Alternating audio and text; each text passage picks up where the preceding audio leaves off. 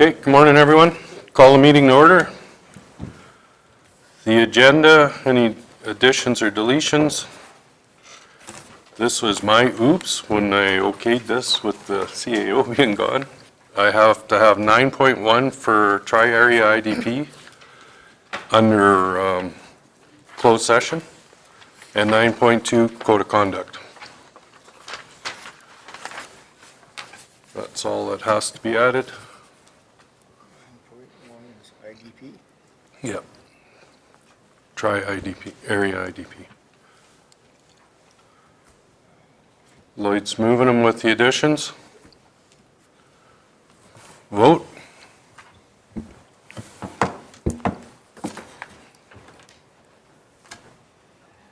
Lloyd, Richard. Yeah, it's carried. Minutes from last meeting.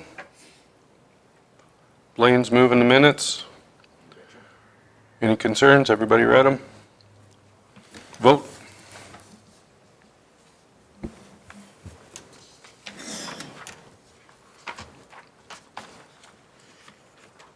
That's carried. And we will go to 5.1. Kim. Thank you. Through the chair. Our planning supervisor will review the bylaw as listed as 5.1.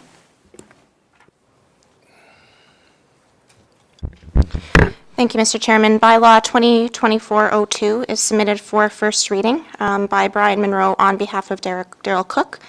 And the application is to reclassify a parcel from Country Residential District 1 to Agricultural District 1. And the request is for first reading at this time. Thank you, Kayleen.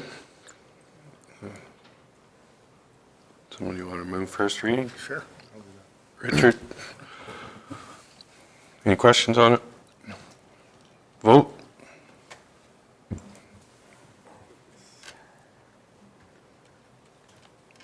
It's carried. 5.2. Kim? Thank you. Through the chair. Bylaw 2024-03 master rates. We're requesting all three readings, and it'll be led by our Director of Corporate Services. Thank you, through the chair. So the master rates bylaw, in this case, is passed annually. This year, or as years past, we've taken direction through the strategic plan to move towards some user fees and cost recovery of those service provisions. Some services are a little bit further out from cost recovery, and some are going to be challenging. So what you'll see in this bylaw in the rate schedule is an attempt to move towards that that user fee and cost recovery. More than happy to take questions or direction. Okay, thank you. Robin, you're moving first reading? Sure. Okay, we'll vote on that, and then we'll vote.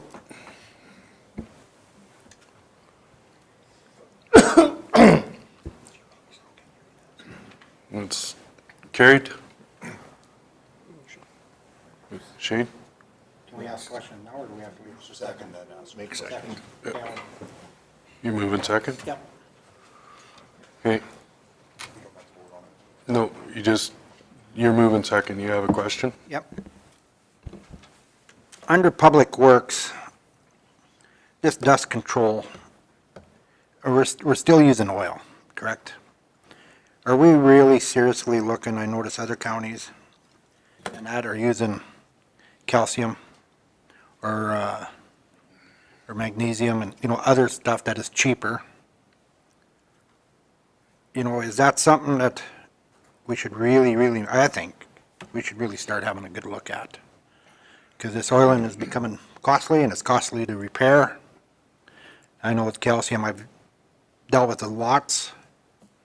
It's easier to, fix up and redo, and it's not as expensive. So what's the thoughts there? Thank you. Through the chair. So that's been a conversation that we've had for a couple of years, and one of the methodologies that we looked at originally a couple of years ago was for any new applications wouldn't be allowed to go with the oil. They would be going with a different alternative, either magnesium or calcium. Any further comments can be directed to our Director of Public Works if you have anything to add. Yes, through the chair. Through the last year, we've been working at using different dust abatement products, one being lignosulfonate and MG30. MG30 appears from or performs rather well compared to the lignosulfonate. And we've been using this on the wind projects, and it was a specification for dust control on that. So we've identified a product that we could potentially use in those cases. So as far as the oiling, like the acting CAO mentioned, the new applications, we're reviewing that, and when they come in, that's what we'll be evaluating. Okay, yeah, because I know of a person that's going to be, I told him how to apply for, because he wants dust control at his new house north of me. So won't be oil then. It'll be something different. Is that what we're looking at, or? Yeah, through the chair. We looked at the cost. We haven't implemented that strategy yet, or that decision, or the first one yet, but that's probably something we could bring back with the cost of the oil and versus the cost of if we're going to use MG30, a different alternative, and the yearly cost. Obviously, depend on usage. The MG likely would have to be applied every year, and that could get costly as well. So we need to kind of look over that. Our oil typically maybe could last 5 to 10 years based on what kind of traffic on there. So it's kind of a moving scale of, we're not adding gravel to any of those sections, more traffic. So it is a bit of a balance, but it doesn't pay. From what we've read in other counties, they're definitely moving away from it and have put in policies in place like one we could potentially look at for new. Yeah, because I know other counties got away from oil and are using the calcium or something other, and they are doing it what areas every year. And I know on certain roads, some really busy areas, they may actually come by and spray it twice. Okay, so after this master rates is done, that should be a motion you bring up so that they'll bring it back for future considerations with their ideas. Robin next, and then. Awesome. Thank you, Mr. Reeve. So the question that I've got is with regards to the bylaw and specifically to the Cavan Lake fees. So a little less than a year ago, we had some conversations. We had some individuals that were raising concerns, and there was a motion of council that was made at the time asking for administration to go and research the way that other parks are managed and costs and such. I don't believe that ever came back. And for that reason, I would like to defer third in order to kind of get that, just so that we can actually, we had a motion that was made in order to look at how other parks were being managed. I'd like to see that prior to, and I think it's appropriate. Dude, I thought we seen that, but I can't remember. Because we seen a bunch, staff went out and did a bunch of investigation on other parks in the area. I don't remember when it was though. I thought we did see something, but can we look into that and see if we can find that? Dustin, you want to? Through the chair to the Director of Corporate Services. Question I have on the ag rental equipment. Are those the same rates that we used last year in red, or are those gone up from previous? I'm having a hard time remembering. I know we haven't discussed them yet at the Ag Service Board this year, so I was kind of curious if maybe it would be appropriate if we can have that discussion at our meeting before we do this as well. Yeah, these were established, so the red would be the proposed new number. And these were established with the agricultural supervisor and the finance supervisor. So would it be appropriate then, Mr. Reeve, if we postpone this until after our meeting at the end of the month and brought it back for the first meeting in March? So we can have that discussion on those? Yeah, I would think if Ag Board hasn't seen it yet, I would imagine they should see it. Through the chair, are we going to delay the third reading till the end of the month or to the next meeting? Yep. Mr. Reeve, I believe our Ag Service Board meeting's on the 27th, so it would have to be the first meeting in March. So what? This has to be out right away? What's, Through the chair, so the way these master rates would work, the 2023 master rate bylaw would be in place until this replaces it. So we would be okay to defer, and we would just use the previous rates. okay, so we'll bring it back in the second meeting of February, or March, sorry. Yeah. First meeting, you'll be all right? Okay. Again, through the chair, there would be, if we could establish the water rates, that would be a recommendation from us to establish the water rates today, if possible. Except we can't we gotta put the whole thing through, right? We could put it through, as a suggestion or recommendation, we could put through the water rates as amended and direct to bring back the bylaw to the next one. But we could just, as amended. Well, we could pass the 2024 as is and establish everything the same as 2023 with the exclusion of the water rates. They would be as presented, and then we would bring back the schedule to be amended at the next meeting. Okay, that sounds a little messy, so what, I don't think a month would make a big difference. Richard? I'll speak for Westside Water Co-op because I do sit on that board. Their annual meeting is coming up and they need to know what the new rates are going to be so that they can move forward with their, what's the word I'm looking for? So they can let the members know what their new rate, what the costs are going to be, all that new information. So it is very important that it's done sooner than later for the water part. Okay, so can we just amend 2023s with the new water rate for 2024 and bring the rest of this back in March? Mr. Reeve, I think what would be most appropriate, we could take and actually pass the 2024 master rates, but what we would do is we'd leave whatever's in question. So as Councillor Kerper-White brought up the cabin wake pricing, leave that as is, and then the agricultural equipment, leave that as is and not change it, and then revisit those at the first meeting in March.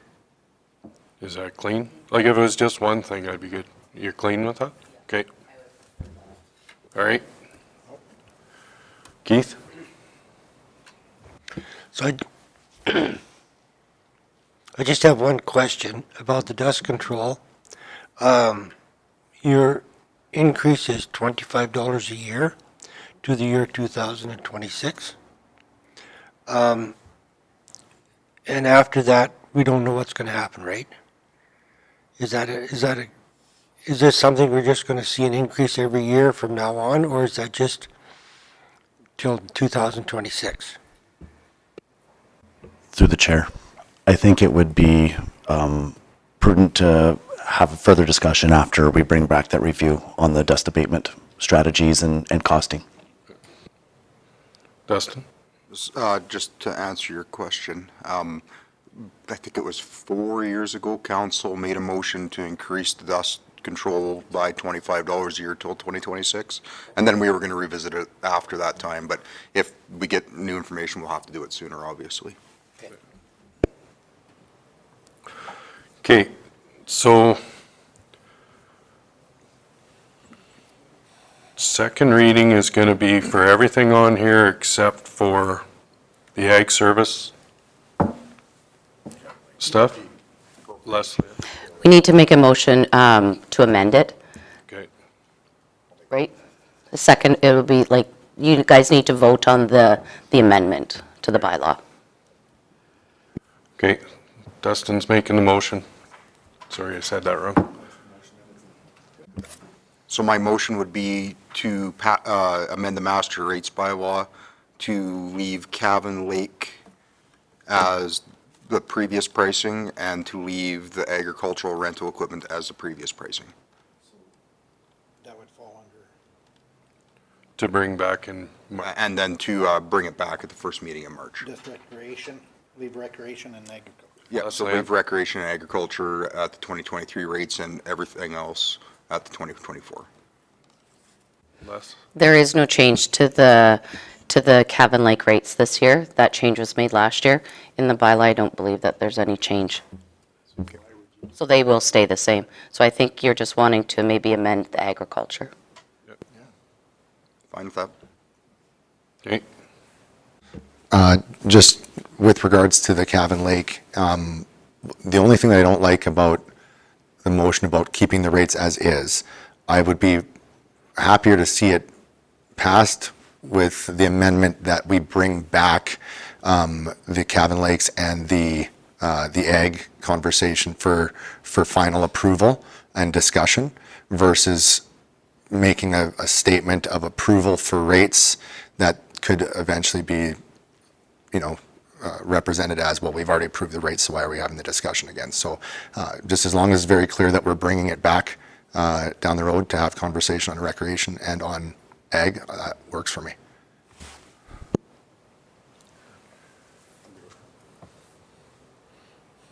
well, we're not changing anything on it, so it stays the same. It's staying the same, but he'd like it in the motion to be brought back for discussion, and I'm good with adding that so that we have that brought back so we can see it.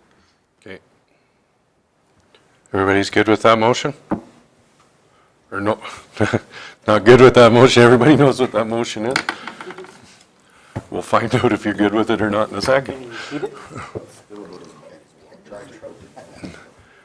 So my motion would be to leave the agricultural rates as the same to be brought back on March 3rd, or, sorry, at the first March meeting, and then for the Cabin Lake information to be brought back at the same time as well. Yep. Hey, any questions? Vote.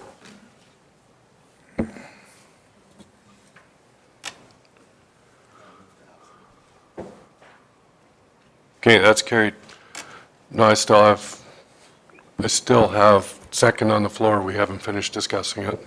Is there any other questions on the master rate bylaw? Not seeing any? Then we're voting on second reading. Vote.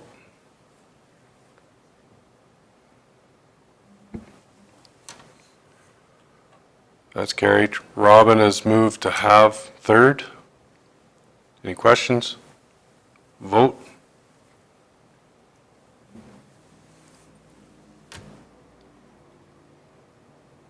That's carried. Michelle's moving third. Vote.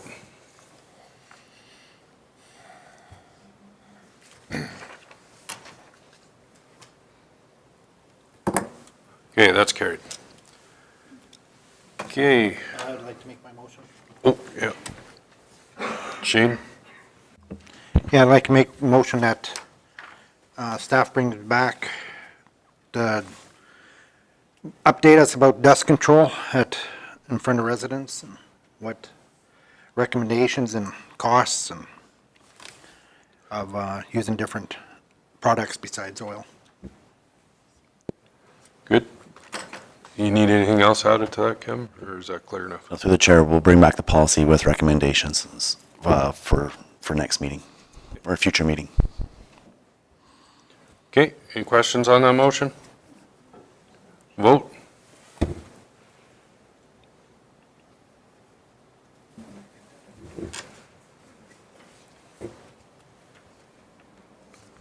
carried. 6, Kim? Thank you, through the chair. On page 120, you'll see the CAO report, and if there's any questions, we can get our staff to answer. Does anybody have any questions on the CAO report?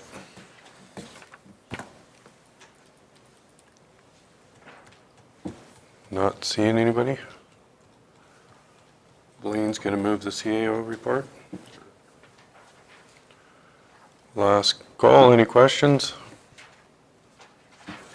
Vote. Blaine.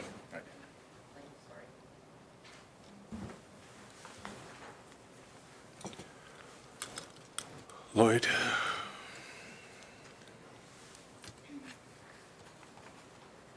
Okay, that's carried.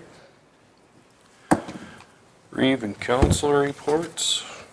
I just have something to add to my mayors and Reeves. So we had a presentation at the mayors and Reeves this past Friday. And all the turmoil with the doctors and nurse assistants and all that's been going on, we had a bunch of doctors call us and want to meet us. We were a little nervous that it was doctors that were against the nurses practitioner or the nurses aid side of it, because we never heard anything about this. But it came in as physician assistants. And this started back in 1960, actually, when the war was around. Nobody's heard much about it. There's only 1,000 of them in Canada. Alberta only has 61 of them. The doctors that presented this want these assistants to help them. These guys or girls can actually prescribe drugs. They can't prescribe narcotics, but they can prescribe drugs. They can take the edge off for the doctors, but they're monitored by the doctors. So any person that they see, they do all their notes, it's sent to the doctor, and the doctor reviews it that same day and says, yeah, everything's good. Go ahead, do what you're doing. So for some reason, it's not Alberta Health Services, it's Alberta Services, doesn't recognize these physician assistants. I was going to ask a question on it. Yep. So what type of schooling are they involved in? Or like, is it the same as the nursing, or Nope. how do they get accredited? So they have to have an undergrad of science, or they could be paramedic or physiotherapy. They could be anything in that. They have to have their undergrad in it. And then they have to take a 2-year course to do the rest of it. And that's where the problem comes in, that there's over 3,000 applicants for this, and there's only 93 seats in Canada for training for it. So you've got information. So it really opened everybody's eyes. Like, we thought they were going to be coming in against, but there's some extra service out there that could help these doctors. They could actually be in the walk-in clinics and stuff, and one doctor could take care of 2 of these people. So you'd actually have 3 doctors on call and take the stress off of the doctors. Because that's the biggest thing the doctors are saying, is they're burning out because of all the stuff they have to do. And the way the system's set up right now is you have to actually see the white of the eyes in order for the doctor to be able to bill for these assistants. So Alberta Health Service has been paying for them, and it actually isn't a bad, they make up to $110,000 to $140,000 a year to be the assistant. Some of the things that they do is, when the one assistant that was there presenting was a neurosurgeon's assistant. So when they're done doing the surgery, they got to hang around, the doctors have to hang around and make sure that patient's good until they get checked out. Well, they can go on and do another surgery, and this assistant can take over that part of the care so that they can actually get more surgeries going through in a day. And so it was pretty interesting. I thought I'd bring it back forward to you guys and let you know that there's another option out there. I've got hands up everywhere. Michelle, and then Dustin. I'm just curious, what does this mean for, like, all we've been hearing about lately is these nurse practitioners. So is this instead of them, or are they still It'd be the coming? same as, The same as, okay. yeah. What's that? That's actually what I was going to say. A physician's assistant and a nurse practitioner are two completely different entities. They're two different entities, but they're considered the same in the system. Yes, they can practice the same style of medicine, but they're two different things. So a nurse practitioner would be someone who's already RN, registered nurse, and then they take 2 years of schooling and they can become, I think it's actually 3 years for a practitioner, and they can become a nurse practitioner, and then they can do the same things as what Dan described as a physician's assistant, where a physician's assistant can be anybody with an undergrad in science or I actually think it's bio as well, that any kind, actually is any kind of science, not sure on that exactly, but they can take and as long as they have a a master's in something of that field, they can take that 2 years and then become a physician's assistant. Yeah. So they're two separate things, because it could be as much as a chiropractor, because there's a few of them actually in town where chiropractors that they can take and they can give out prescriptions for like painkillers and things like that to a certain degree. Not narcotics. But not narcotics, yeah. So that's where that line differs a little bit, is for a nurse, or geez, my words are baffling here, but a physician's assistant and a nurse practitioner are different, but they actually study different things. Kim, you were going to add something to that? Yeah, through the chair. My wife is a physician assistant. She went to Manitoba and got her education. And Dustin's right, they have varying scopes. So physician assistant will have the same scope as a physician. There's an extension of the physician. So where they're very prevalent and where Alberta's been bringing them in, like Milk River's had a physician assistant, I think, for 13 years, is because they couldn't get locums to come to rural locations. So they could put a physician assistant there, and now they use like a telehealth, and so there'll be one doctor that can manage 10 or 15 physician assistants in rural communities. So because they have the same scope as a doctor, they take casting, they take bone setting and plastic surgery and all that stuff. So so it's just it's more of an extension of a doctor, where a nurse practitioner has their own specific scope. Yeah. Bazzano's had one for 15 years, and the doctor's in Brooks.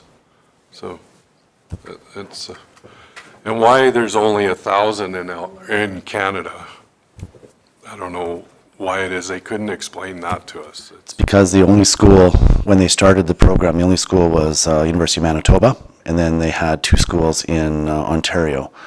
And now, from what I understand, U of C is starting a program next year, and I believe New Brunswick, I believe, is starting another program. That's the 2. Yeah. And that's the only bad thing, is it's taken a year for them to start it, and then it's 2 more years after that. So it's going to be 3 years before they see any help for the doctors out of that. But yeah, at least it's starting to come through. But yeah, I was shocked when they said 3,000 applicants and only 93 seats for schooling. That's, Shane? So what position did the mayors and Reeves take? Is this something that you guys should be making a motion and getting it through the RMA? And so it'd be something like we did with the Ag Service Board with vets, to try to open up more spaces in these universities and colleges for it. Yes, I believe Warner is going to bring it through for Littlebow to bring to RMA as a resolution. So. Keith? So I'm kind of curious, is there kind of a competition between the nurses' assistants and the nurse practitioners? Or are they complementing each other? Like, I mean, I have no idea, so from your perspective, what do you think? What I got out of that meeting, I didn't hear or see any conflict in it. And there was both there presenting, so. They're two completely different programs. So actually, nurse practitioners offered a medicine hat. You can do that here, and it's essentially an extension of the nursing program is what it is. So it would be a completely separate schooling, so I don't believe it would be within any conflict of a physician's assistant. No, I don't think so. But just everybody, every mayor in Reven there that has these little hospitals everywhere, we're like, what the heck? Why have we never heard about this? We've been fighting with you guys to get nurse practitioners for all these years, and nobody brought it to their attention on this physician assistant. So they were a little ruffled in there, but happy to see it too. So hopefully it's something that comes forward to help take pressure off our doctors in the area. That's all I had on that, but Keith, you want to start with your... Okay, not too much. Basically, the Urban Resource Center grand opening, attended that and talked with a few of the locals and got some opinions and saw some activity and it was well put on, and lots of people seemed to support it, and we're pretty happy to be that the project was there. So, Dustin? Not too much for me. January 22nd to 24th, I attended the Provincial Ag Service Board Conference. I had the opportunity of sitting on the Resolutions Committee there and got to have dinner with both ADM, Assistant for Agriculture, and also with the Minister of Agriculture. So we had some good conversation there, and it looked like there's going to actually be some exciting stuff coming forward in that regard. So that's all I got. Shane? Yeah, I attended the Ag Service Board Convention in Lethbridge, and it was really nice to see one of the best presenters and that got a lot of traction was our local Nicole Neubauer, and her did a presentation on her deal going down in Irvine. That afterwards there was many counties come up. I had about 3 or 4 come up to me and ask how we did it, what to do, and that because they're really impressed with how that is run and how she's done it. And even at the Stars auction, they had a gas barbecue there, and it was bought by somebody from the north and donated back down to the urban agricultural center down there. Ag Discovery, or what it's called it. But she did a heck of a presentation and was really well received. And then I attended the grand opening of the Urban Resource Center and talked to quite a few people that down there, and they were quite happy with it, and it was all over good, and that's about it. All over good. That makes sense. Thank you. Richard? I was a little bit busy, so I'll keep it brief. Foothills Little Bow, on the 22nd, I was invited to attend the Cavan Lake revitalization meeting. They're moving forward. They've got a pretty darn good committee and looking at some options. They're going to go back to the consultant and try and centralize group on moving forward with the one proposal. I attended the State of the City address for Mayor Lindsay Clark, presented that. And I had a Community Futures meeting. The next day was Milk River Watershed meeting. 30th was a Verge Board meeting. And then, of course, we had the ribbon cutting. And it was really nice to see have some dignitaries there. And we had Rick McIver, who's the Minister of Public Works. Justin Wright. Municipal Affairs. Municipal Affairs, I'm sorry. I wrote this too late at night. Municipal Affairs, sorry Rick. He gave a great speech. He fits in well with that, with the crowd. It was, he shook a lot of hands, that man.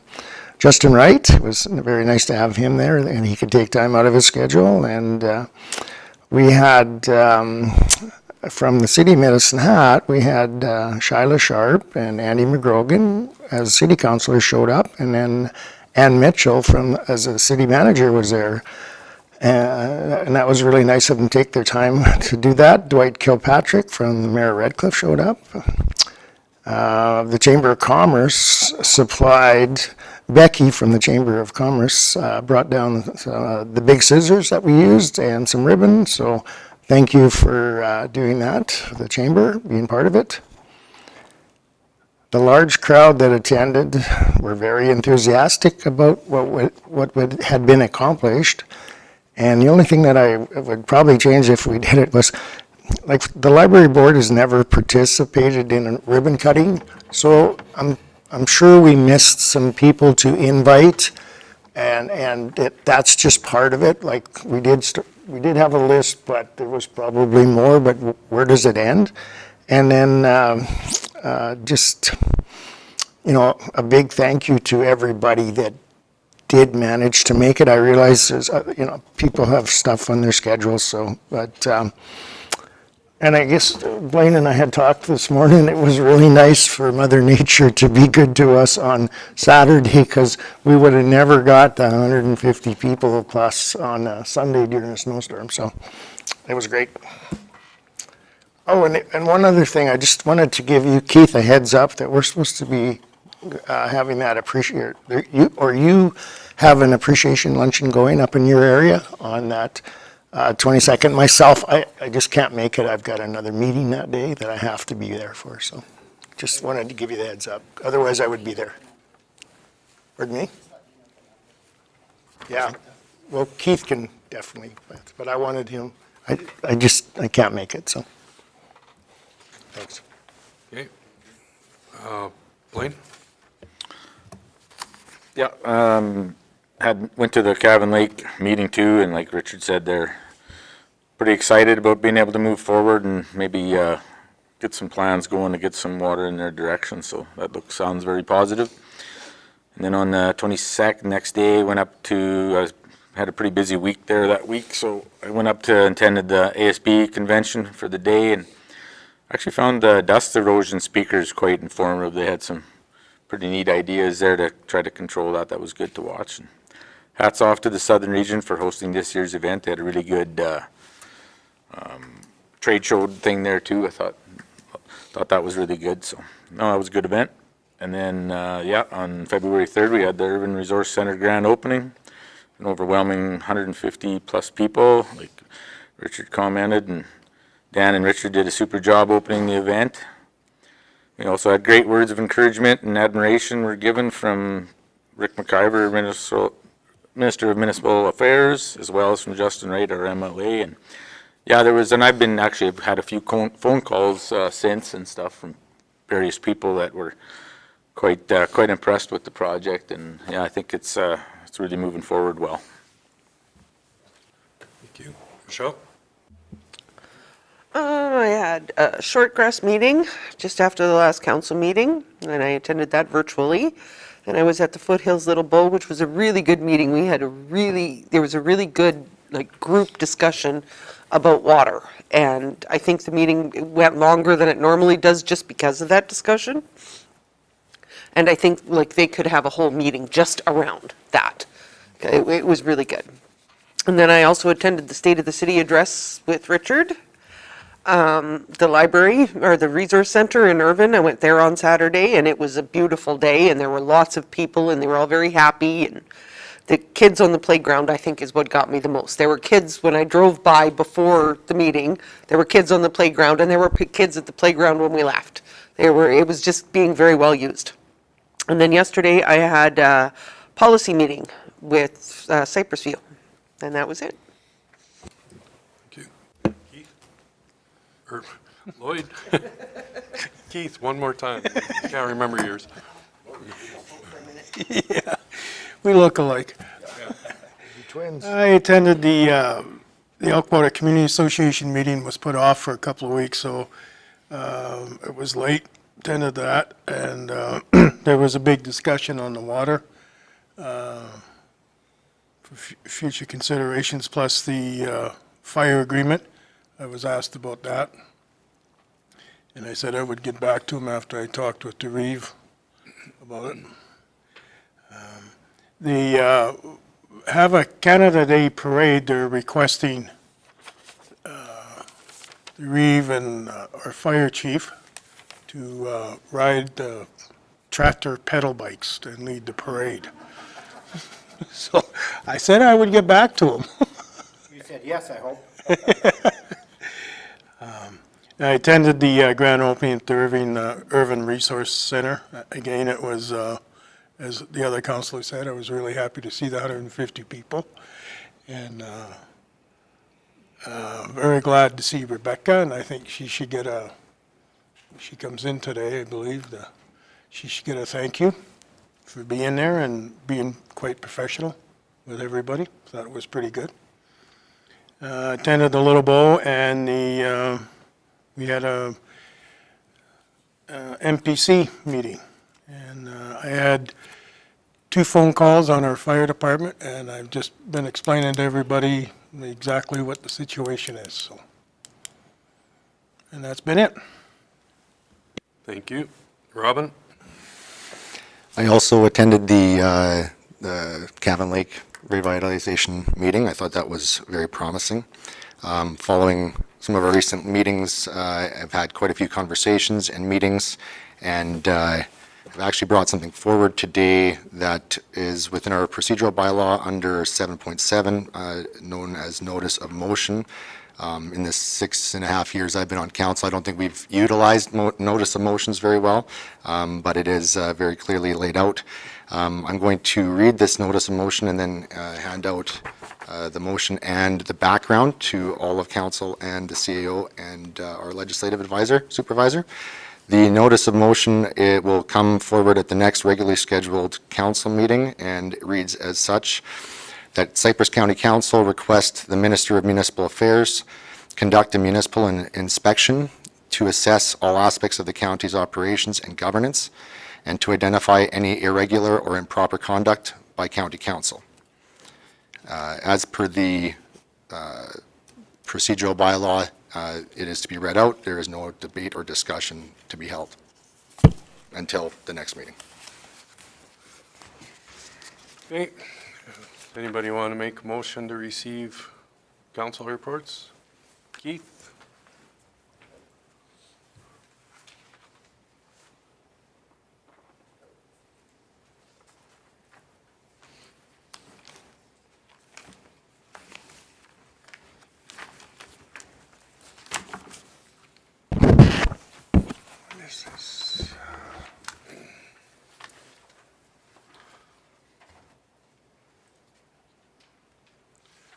Okay, vote.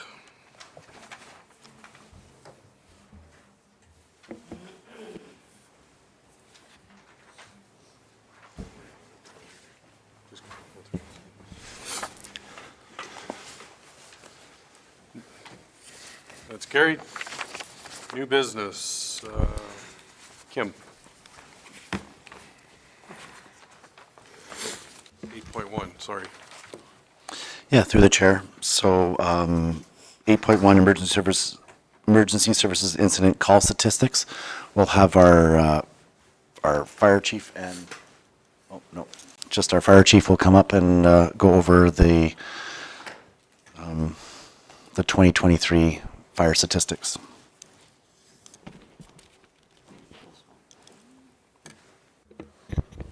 Good morning, through the chair.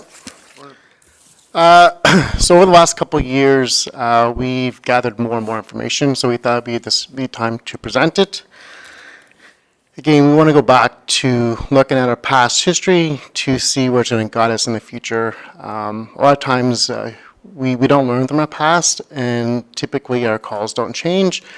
So this first chart here kind of shows us our call volumes from 2020 to 2023, and as we've been presented before, our top 3 calls will service our medical first response, motor vehicle collisions, and wetland firefighting.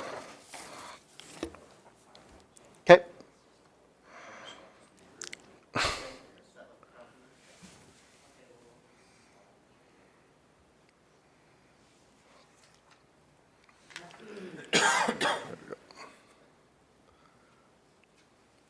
So on the slide right here, just review what our level of service is. So these are all the services provided. The picture on the left-hand side is 2 of our firefighters in Northwest Territories on patrol for wildland interface up in Fort Smith. So I thought it was a pretty cool picture to add into our presentation. Yep. Oh, can I? Oh, there we go. This part here really shows our calls for service for 2023, and I worked with our GIS team to kind of map where all of our calls are. This is good information when we want to, purchase new apparatus, repurpose apparatus, change things around. We want to make sure that we put the right apparatus with the right training in the right stations, and this map really helps us guide those kind of decision making. So again, this is every single call we've had in 2023, and then us and our GS team broke it down to per station level. So each station, this is only primary calls, not every single call. So, for example, Dunmore, Bucks, all the stations could go as a secondary station, but this is what calls for service were in each individual response zone. We even broke down what our top 3 calls for service was in each map. So obviously number 1 was medicals, so we kind of plotted where medicals was. We really can't prepare for medicals. We can kind of prepare where they're going to be at in our populated areas, such as most of our hamlets. And along Highway 1 for people that have had medical emergencies where we've done interceptions. Number 2 call for service is motor vehicle collisions. This can help us prevent motor vehicle collisions. We can work with Public Works for traffic signs, maybe advocating to the provincial government for different things in different intersections. Some of our biggest calls is usually around Highway 1 and 884 going up towards Jenner. We've had quite a few accidents there. I know they've changed the intersection, but again, this kind of really shows us where all of our motor vehicle accidents are at, and most of them are on provincial highways managed by the province, which all are cost recovery when we respond to, which is one of the things that we do. And the third one is wildfires. Last year, we had an extreme danger with wildfire last year, but we actually were lucky. We didn't have a lot of major wildfires. Most of the wildfires that we had that were large were started by lightning. Sometimes we were lucky, and then we had weather that, rain that put them out. Other times we weren't so lucky, and then we had a couple large ones that were man-made due to mowing or contractors doing work, which we had to respond to, which we actually billed cost recovery on those ones that we thought could have been preventable. So we've done that. We really broke down into deep dive into each station and what each station is doing for training and the average number of firefighters per call. So under policy, we typically try to get our encourager stations to do 24 training sessions a year, so that's 2 a month. Some stations, especially in the summer months, a lot of them are agriculture based, so they kind of put training on the back burner in the summer months, but they kind of do it, when they can, especially in the winter months. We've also changed a little bit where we can do hours of training too, not just on regular scheduled training. So if a firefighter takes a wildland urban interface course or a wildland course, it could be equivalent to 2 months worth of training. So what we're really worried about is not so much making the training, but having good quality training. So sometimes they may show up on a Thursday night, nothing's really scheduled, they may check their SCBAs, they get credit for it, or they could attend a wildland course or a firefighting course or a medical course. And we want to focus on quality over just showing up to say you met the criteria. So we're changing that policy. Training hours on the second portion here. This is not a comparison per station because each station has a different amount of firefighters. So Box Springs, for example, I think had the most training hours, but they also have the most members. So they should expect to be having more training hours. So this is not a comparison that, one station is doing bad, but, some of our rural stations have 6 to 8 active members versus a station that has, 20 to 25. So that's a very important thing to distinguish, that they are all over the map, but it's really based off of the members at the station. Community events, we've tracked community events. Those are things our firefighters do above and beyond. Kwanzaa days, parades, Outwater Park days, all these kind of different events is community hours. So, we've put a lot of hours into community hours for firefighters. So I thought that should be recognized. Another one is how many firefighters we're having per call. That's very important. So, we're averaging about, depends on the station. Our goal is to have about 25% of the firefighters respond to time. So we want to have a bigger complement at each station. So, because, people work, schedules, all that. So we want to average about 25% of our firefighters come into a call. As you can see in our chart, we're actually meeting that almost at all of our stations. A couple stations are just a slight below, but again, we're hitting that benchmark as an industry standard for responding. Utilization of seats, this really looks at how many firefighters responding and what kind of apparatus we need in the future. We started collecting this 2 years ago, so again, when we're making future purchases, we want to make sure we're getting the right asset for the right response to match what kind of the calls are going to. And that's pretty much it. This is a really important slide, so is there any questions about individual stations? Robin? Thanks, Chief. The question I had is recognizing that we're talking about volunteer and paid on call, but still volunteer uptake on responding to calls, participating in training, things like that. Have you ever looked at kind of incentivizing, funding per station based on hours of training and hours of, the response rates and things like that to try to kind of get individual buy-ins where each of the stations look at it and it actually becomes a win for the entire station for them to have higher numbers of hours in training or higher rates of, turnout and things like that. Obviously we need to provide the essentials of emergency services, but I'm pretty sure that, I know that the county takes very good care of our firefighters, and perhaps there are some of the things that we want that we don't necessarily always need, but the wants could be part of that reward to help to spur on some of that volunteer uptake. Just kind of curious if that's ever figured in on any of your approaches, or if you'd be interested in something like that.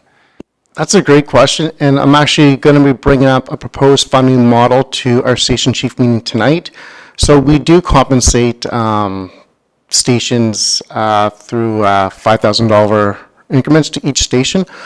But what we're proposing to do, and it's just proposed at this time, is directly linking that to per firefighter. So, for example, we funded it at $45,000 per year or $5,000 per station, but we want to fund that to per firefighter. So take that same amount of money, but fund it to the firefighter, and the only requirement is they have to meet the training requirements. So if they don't meet the training requirement, they lose that funding per firefighter. So we're going to propose that.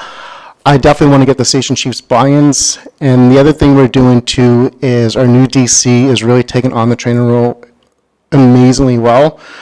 And we're going to try to coordinate training to support the station. So doing more joint training is other things we're doing. So we're doing a presentation in 7 persons, 29th. And so we're going to try to do more coordinated training for the stations, better quality training, and that way we should have more buy-in for the trainer. There are a couple things we're looking at doing. So, but yeah, we're on that, and good question. And like I said, we do have some things that we could tie back already existing, just repurposing some funds to help that out.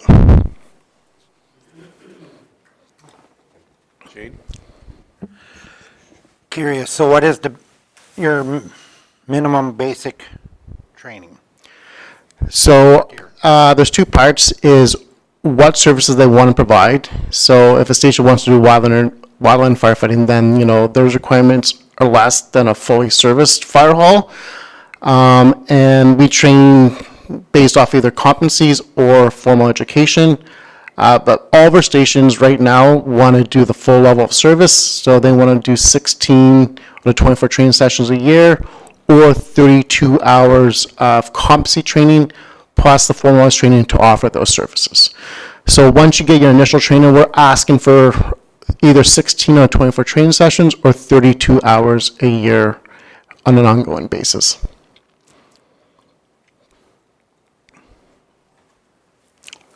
Any other questions?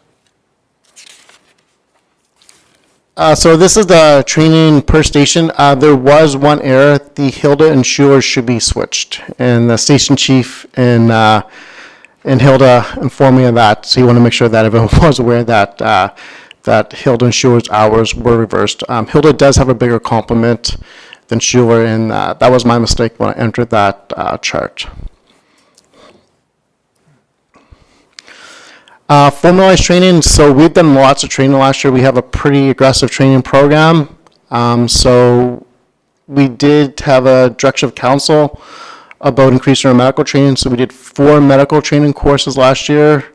We have 31 students that increased their medical training, and we've noticed a huge difference in our medical responses. For example, Hilda, the way Hilda responds to medicals and what they learn from the course is paid dividends in the Hilda Schuler response area. They're the furthest out, and they're the ones who really push for this, and they're the ones that have the most members trained on our course. So this training course that we did is an advanced care paramedic. He's also a supervisor with Alberta Health Services, and he also works at the college, and he's designed our training program for us. And like I said, it's took off, and we're going to continue on with that this year. As of last week, we did receive a grant through Alberta Health Services for $14,000 for medical training as well. So that's going to help us out with our ongoing medical training. Firefighters, we trained 16 firefighters last year. We did 2 wildland courses. So we did a wildland course here in Dunmore, and we trained 12 firefighters. And then we did another one up in Jenner, and we trained 24 with the Special Areas Fire Department with Jenner, and we cost shared that course as well. As of yesterday, Cypress County was asked to help support Neal County with a wildland urban interface course as well, so I'll be working with their chief on that and running potentially 2 courses because there's lots of numbers to support that. We also ran a driver course last year, pump operator course, hazmat, tech rescue, and we sent 11 firefighters down to 40 Mile County to do a presentation on electrical vehicle firefighting. We were a little over budget last year on training. We had a $50,000 training budget. We had some grants from the Alberta government. We were slightly over on training, but we did have a very aggressive training program. So we were like slightly over budget, but I didn't want to turn down training opportunities if we had the firefighters that actually wanted to take them. If we broke down our training per hour, with all the training we did, it cost us $16.71 an hour to provide training. To put that into context, to do just a 1001 course at Lakeland College, just for tuition, is $20,000.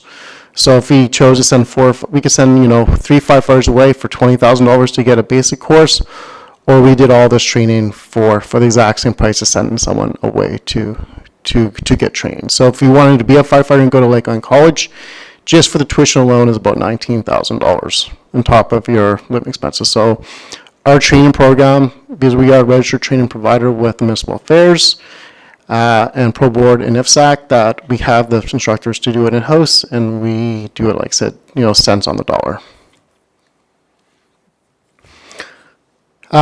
This is a pretty cool picture. If we sat here a year ago and we thought that we'd be having Cypress County apparatus flying in military aircraft, flying in a Fort Chip, we all would have said that would probably never happen. But we were a huge contingent in the deployment. We did over 4,000 man hours on deployment last year, which is pretty good. We are going to be doing that wildland urban interface training this year. It's the second week of March. We're going to be doing it in Elkwater.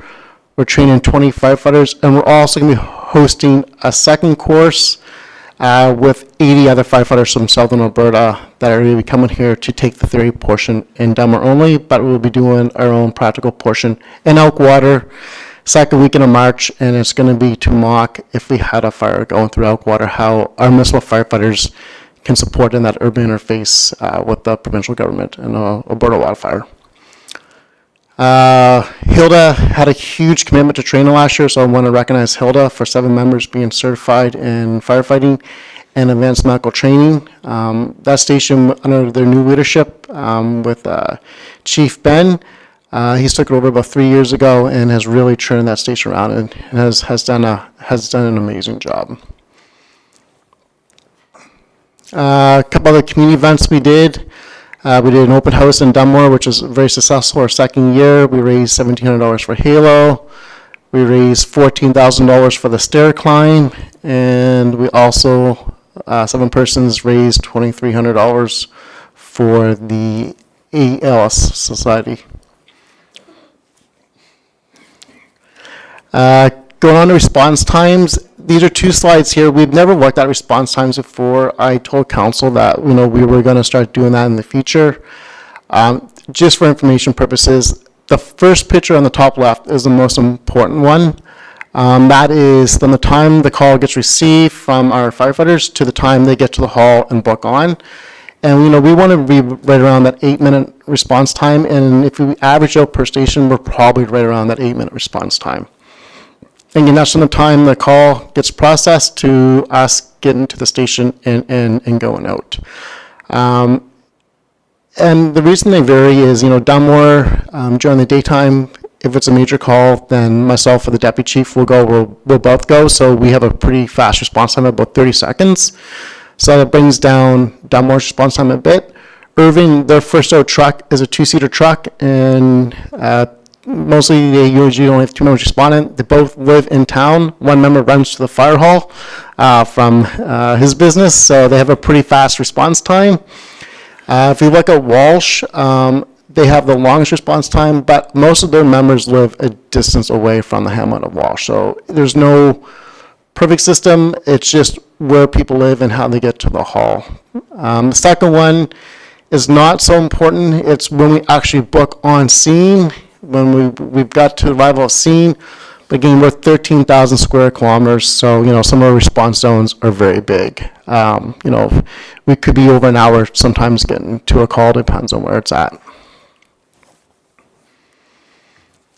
Fire permits, we just thought we'd track that. 9% of fire permits happen online, which is really good. It's a really easy process. And then we get the odd ones where we issue it by paper still, or we have to go to visit. Just to, if there's a larger structure or an old building they're burning down, we want to send a full-time staff member out or a duty officer out to check that out before we issue a permit, just to make sure that, it is a reasonable burn. I just made a collage of some different activities here. So top left was a team building event when we were up in Peace River to 1001 training. Again, the largest component of our 1001s from 2023 was a Hilda Station, and this is when we're in Brooks doing the hands-on training. And then the top right is our tech rescue over Horseshoe Canyon, performing if someone fell over the cliff there. A little bit about 2024. We're not going to have a lot of initiatives in 2024. We want to really get back to the basics. We want to be really good at 3 things. We're really good at medicals, really good at wildland firefighting, and really good at NVCs. Those are 3 top calls for service. We want to be prepared for a wide range of events, but we really want to make sure that we're really good at what the calls for service are. With that, we want to ensure that we're looking after our firefighters from a health and safety standpoint. Tons of literature about the toxicities of smoke. Even in a wildland fire, they are more toxic than we ever thought. So we're going to be implementing a lot of changes to fire response, to post-fire decon. We're doing a first information session, 7 persons, to really emphasize the hygiene part of firefighting and the toxicities and the carcinogens that are even with wildland fires. So we're going to really, really try our best to improve that over this next year and get those habits ingrained into our firefighters. And some of our firefighters have been doing this for a long time, so it's not gonna happen overnight, especially for the more senior firefighters where the old habits die hard. But we really want to educate and get buy-in to ensure that our firefighters understand how toxic and how serious that responding to fires is. Going to work with our emergency management team this year. We're going to do a tabletop exercise in Elkwater. Again, we're going to be doing urban interface course in Elkwater, so you see lots of fire trucks around the second week of March to preparing for a fire going to that site.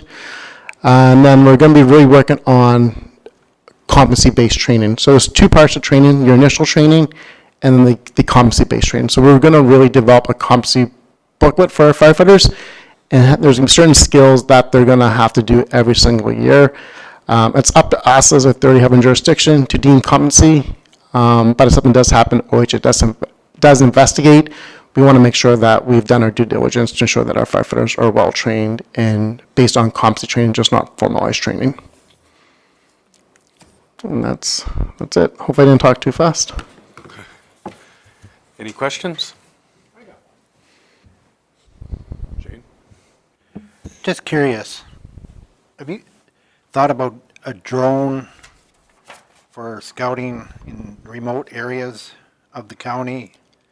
You know, where we get into these badlands and coulees and that to help direct or see how the fire is going, a drone? Is there any thought on that? Just curious. Through the chair, we thought about that. You know, we did some research on drones, and they're not that expensive.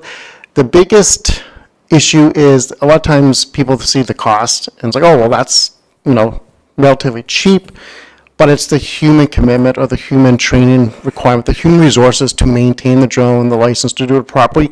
That's the issue that we're coming into. But you know, we want to proceed with that. You know, we're looking at maybe doing a cost recovery with Medicine Hat on and getting a drone. They're looking at getting a drone. We're definitely exploring it. We're just not quite there because we want to make sure that it's sustainable, just not have it and not be utilized. But we have used drones in the past through contractors and that, and they have been hugely helpful, especially in even wildland firefighting for hotspots, all that kind of thing. They are for sure helpful. Robin, and then Keith. Oh, that's you, so. As you know, the school division's fairly entrepreneurial, all right? We're working with you guys on the fire program as well as the aviation program.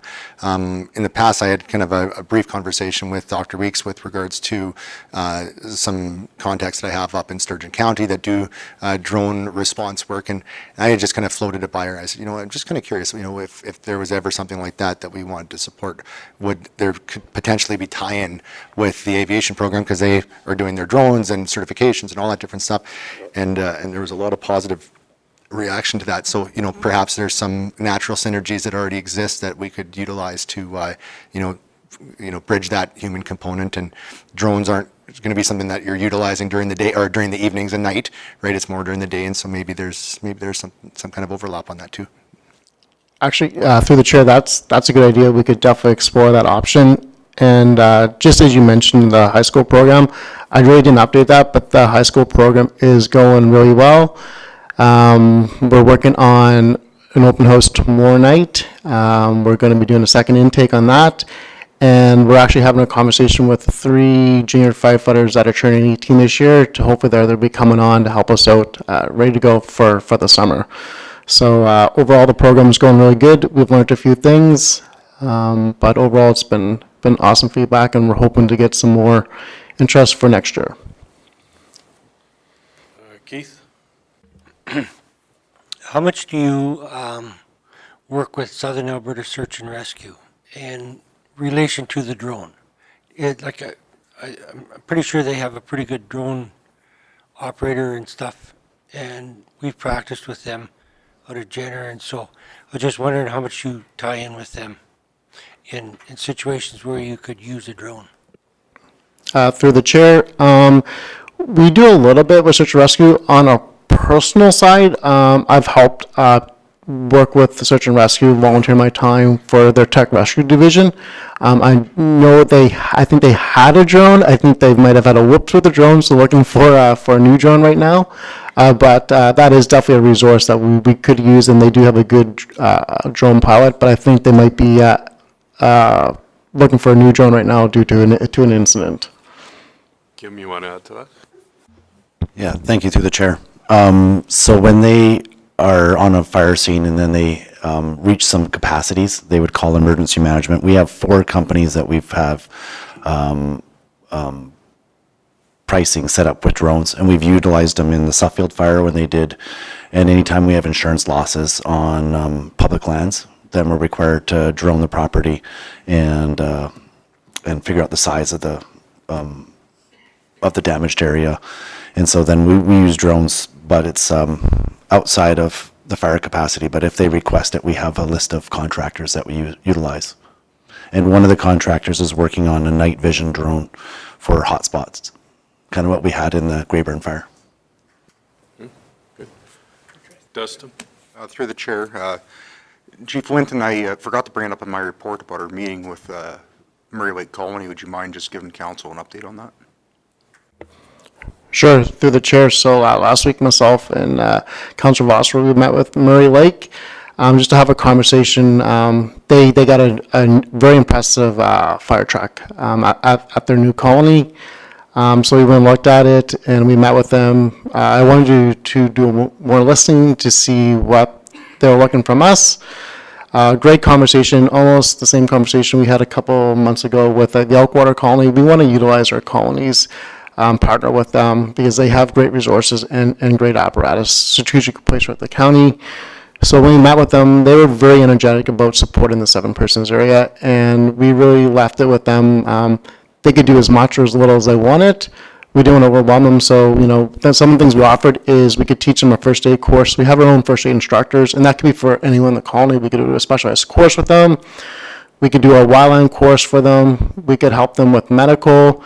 We could set them up on responding so they could back up 7 persons. Basically, what they want to do, we will help support them and set them up for success because they're going to be giving back to that community. And like I said, Murray Lake and Elkwater have amazing fire apparatus, and we just want to formalize that agreement a little bit more and utilize them in their respective areas.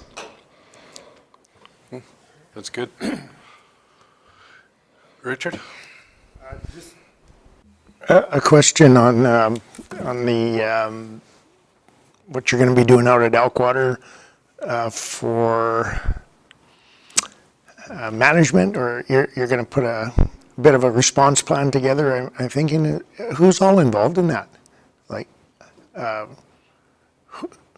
did you set it up, and then, or did we get invited to participate? Through the chair, so last year, we recognized a hazard in Elkwater for a long time. So this really started about probably 2.5 years ago. The province has a wildland urban interface division under Alberta Emergency Management that they've been really ramping up. So we sent 2 firefighters up to Barrhead to take this course to see if it would be beneficial, especially for the Elkwater area. So we sent 2 firefighters up from Elkwater and to take the course to see if it was value added for us to apply for a grant to do that training. And they came back and said, we don't know what we don't know. So that was very value added. That's when we had the RFD last February to apply for the wildland urban interface training. And that's where we could be deployable as well if we took the training. Our training course got canceled due to the wildfire season last year. So this is a continuation. And this course really prepares our firefighters not to respond into forestry, but to protect the town site as best we can on a fire encroachment. So that's what we call the wildland urban interface. That's where the wildfire really, interacts or approaches with the town site. And we're so far out from a lot of provincial resources, we know we have to do it ourselves for a long time before help arrives. They do have 4 firefighters stationed in Elkwater. They may or may not be there. So we thought it was prudent that, we want to help ourselves, and we need to be due diligent and help ourselves. So that's why we're doing that course. We're really getting the forestry urban interface team to come down, and we're going to be really doing it in Elkwater because that's a #1 area that we want to protect. Being deployed was an offset, was our main goal. Our main goal was to ensure that we're prepared and to respond to Elkwater safely and do the best we can to our abilities. And through the chair, the tabletop that he mentioned, we got a grant for the tabletop, and will encompass parks, not only our emergency services, but Alberta, what's their acronym now? The Wild Fire Team? WUI? The WUI team, yeah. The WUI team, and then also the constables, the Fish and Wildlife officers, and all the park staff, and the community association will be involved with that too. So, last one, he said, if something happens there, do we have to wait for permission to go into that part, or is it first response would, like if we're first on, then we don't have to stand back because it's provincial property and wait for permission, or is this going to get, part of the discussion is first on, we can go with it, we can Yes, be in charge? the initial response, it's always going to be a unified command right off the bat. But this course is really specific for municipal-based firefighters support urban interface interactions. So we don't need a permission. If we get a call and we have a fire coming towards our town, this course and training, so we can go and do that to support the protection of the town site, not to deploy into the force, but understand. to, last line defense, to protect the town the best we can is what it's for. Okay, I just know that we're going to get asked that question as counselors, and now we have the answer that, yeah, no, we don't have to wait, we can roll. Yeah, because this course is really, like I said, to make sure that municipal firefighters can respond for a WUI situation. I think it's great, good job. And the other thing, we did apply for a $500 grant for Fire Smart, so we're going to do a Fire Smart open house session sometime in June. Hopefully, we're going to have the Alberta Wildfire team there as well, and it's just going to be an information session for residents on the town site on how to Fire Smart their property. Any other questions? That was a great presentation. Give us a lot of information there. Appreciate all that. Not seeing any other questions, can I get somebody to make a motion to accept the presentation? Keith? Any questions on it? Vote.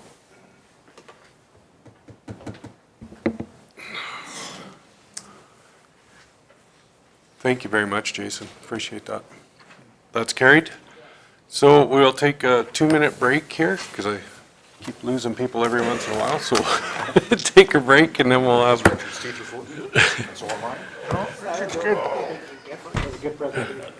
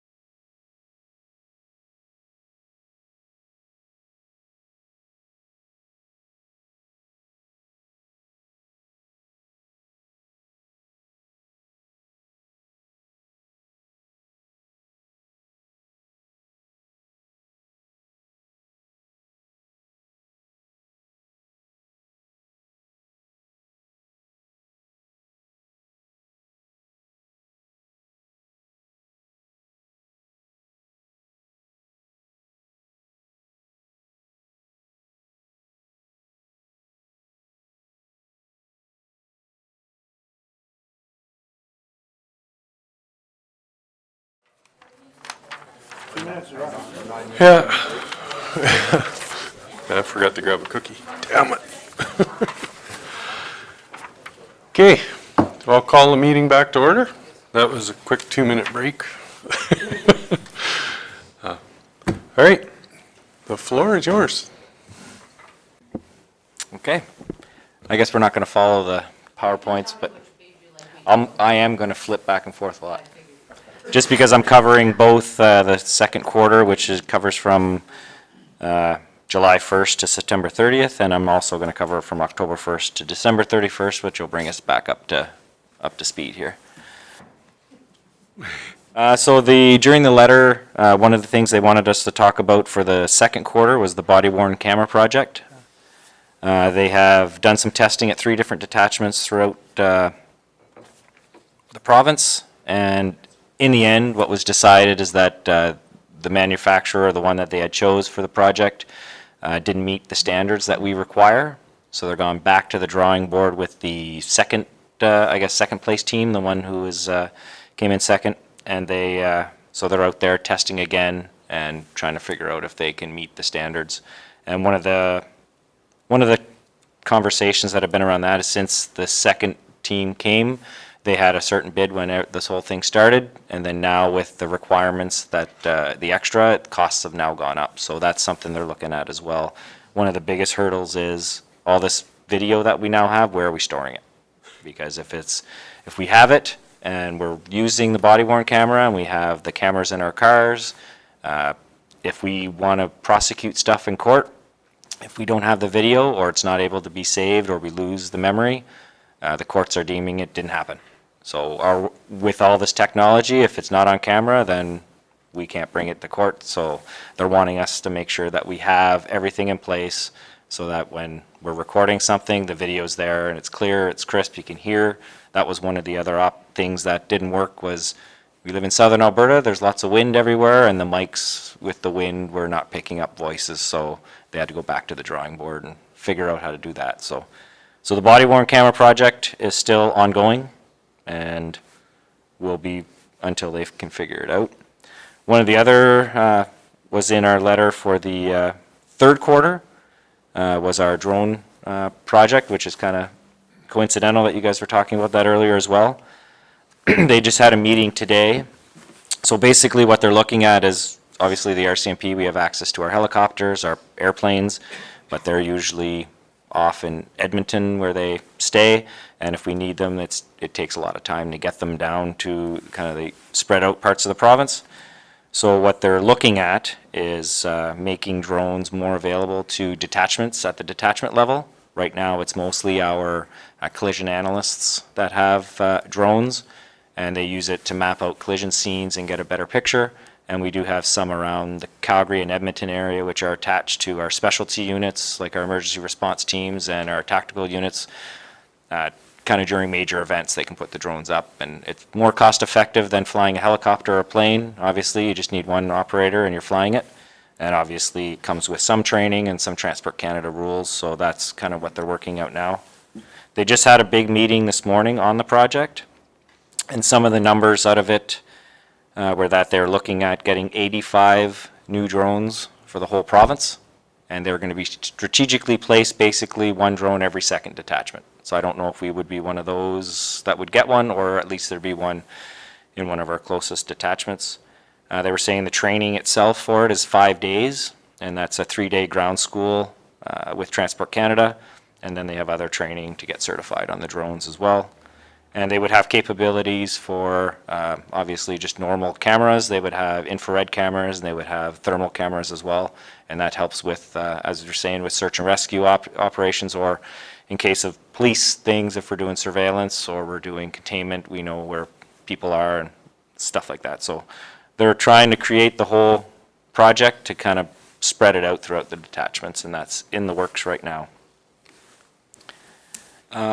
With regards to some community involvement, I'll go over this quick because I know Rebecca covers a lot of it in hers as well. Some of the things that we did Canada Day, we got out to Red Cliff, we got out to Schuler, and we got out to Medicine Hat in the during their celebration as well. We attended Tim Hortons Camp Day back in July. We did some things with the Medicinet Stampede. I did have a meeting back in August with the executives at Plains Midstream up near the plants up there. And they are looking at, because everything's ramping up with the wind projects and other projects, they know there's going to be an increase in traffic on Highway 41. So we're working closely with them to come up with some mitigation plans for traffic safety along Highway 41 up there. With the influx, we know most of the members stay either in Oyen or Medicine Hat, and then makes Highway 41 quite a busy highway during start of shift and end of shift. So we're working with them on that. We had some meetings, obviously, with elected officials. This is old news now, but back in September, we had a meeting with the Bow Island and Redcliffe, and just kind of mentioned that we're done with our amalgamation project. Redcliffe has gone back to being standalone. Bow Island's gone back to being standalone. And now we're just kind of focusing, Redcliffe ourselves, we're only focusing on Cypress County and Redcliffe and the sections of 40 Mile County that we actually patrol. Obviously, we're always going to back each other up if we need it, but the scheduling and the resources are all gone back to standalone detachments. Some of the other, to get into the fall, we did have the kind of pre-winter meeting with Volker Steven to talk about operations on the highways. Luckily, we haven't had too much snow. It's been pretty calm on the highways for us in the last little bit, other than recently. We had meetings with Medicinet Police, their traffic sergeant, to kind of come up with some ideas where we can do some joint forces projects. Eagle Butte High School, we attended the Remembrance Day ceremony at their school. We tried to get out to a couple of other schools on the 8th of November as well when they were having them. I believe a member did go up to Schuler. I don't know if it was Rebecca or not. And then a member did go to Margaret Wooding High School or school in Redcliffe. And then we had a member at 7 Persons for their Remembrance Day ceremony. So we're trying to get back into the schools and doing things like that. Rebecca and I did go, and that might be in her report, but we did go to Tim Hortons during the Holiday Smile cookie campaign, and we got to decorate a whole lot of cookies with smiles on it. I was surprised at how hard it was to get that icing out of the bag, but I think I broke 3 or 4 bags while we were doing it. 200. It was a lot. We did have attended the Hilda Community Association meeting. I did attend a meeting. I'm part of the Criminal Justice Advisory Committee for the Medicinet College, so we did some stuff with them to kind of upgrade their program as well, what kind of new trends. We attended the Desert Bloom Association AGM. We had Rebecca, well, I'll let you deal with that, talk about that. We did some community engagement. No, Rebecca did that too, so it's in her report. I don't want to steal everything. And obviously, we did the 3rd annual Stuff the Cruiser event at Redcliffe Family Foods, and it was another successful year. We had got 331 pounds of food and cash donations, which they equate to kind of a food pounds. So that was another successful year, and obviously we'll keep doing it. So during the second quarter, Redcliffe, we were still amalgamated with Redcliffe Bow Island, so we continue to experience a higher volume of property crimes throughout the county. During that time, we had, I think I mentioned this even last time, it kind of all melts together, but 4 different groups doing different property crimes around the county. And I would say they were responsible for almost 95% of everything that was going on. Since then, it's been they were operating in Brooks, Tabor, Bow Island, southern Saskatchewan, and Redcliffe. Most of those individuals we were able to bring charges against. Some are still in jail. One received a sentence in Saskatchewan for their property crimes over there and is in custody until minimum July, or for if good behavior, they'd get out, and then if not, they're sentenced till November. And then we're in the process of working on how can we get them as soon as they get released there to bring them back here and face their charges that we have outstanding for them here. Another individual who is doing a lot of property crimes in the county, they're currently awaiting trial, so they're in custody until at least June, till they face their trial. So there's a lot of our people that are currently in custody, so as we get to our third quarter, we've been pretty quiet in that regard. For traffic enforcement, that's during the summer, we had a difficult time with our resources. Back then, we were still short about 6 members out of our 15 that work at the detachment, and that includes everybody from myself down. So that made it a little bit difficult, which we're starting to see an increase in that now that our numbers are coming back. And with regards to schools, we had, other than Rebecca doing the DARE in the rural schools, we weren't out in the schools as much as we would like. And we just started where I talked to Eagle Butte High School, and we're getting into their CALM program. They have special guests that come in and talk about their various expertise. So in, I believe it's March, we're doing a presentation to their 4 CALM classes on cyberbullying. In May, I'm going to go in and do 4 presentations on impaired driving, and then in June, right before they get out of class, we're doing a distracted driving campaign at the school with them as well. And that's just the start. We're going to start heading out to the schools. Both the school and us didn't know that we're supposed to be present during their lockdown procedures at least twice a year, so we just miscommunication. We didn't know when they were happening. They didn't know they needed us there. So we're starting to make meetings where when they have their lockdown drills, we're going to send at least 2 members to the school.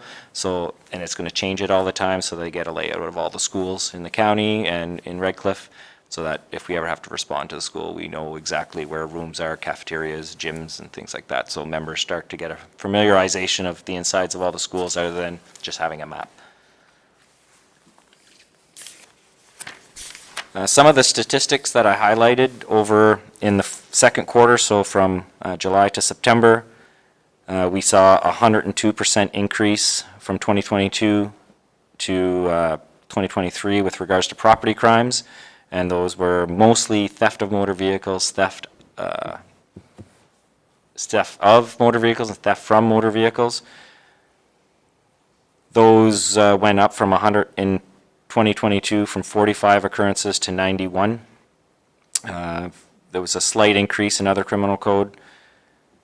And then there was a 150% increase in, I guess, criminal code traffic offenses. So we did have a few serious collisions within the county that were all impaired driving related, and some criminal charges have come under those. There have been some people that have been charged with, impaired operation causing death, so that's pretty serious charges for them.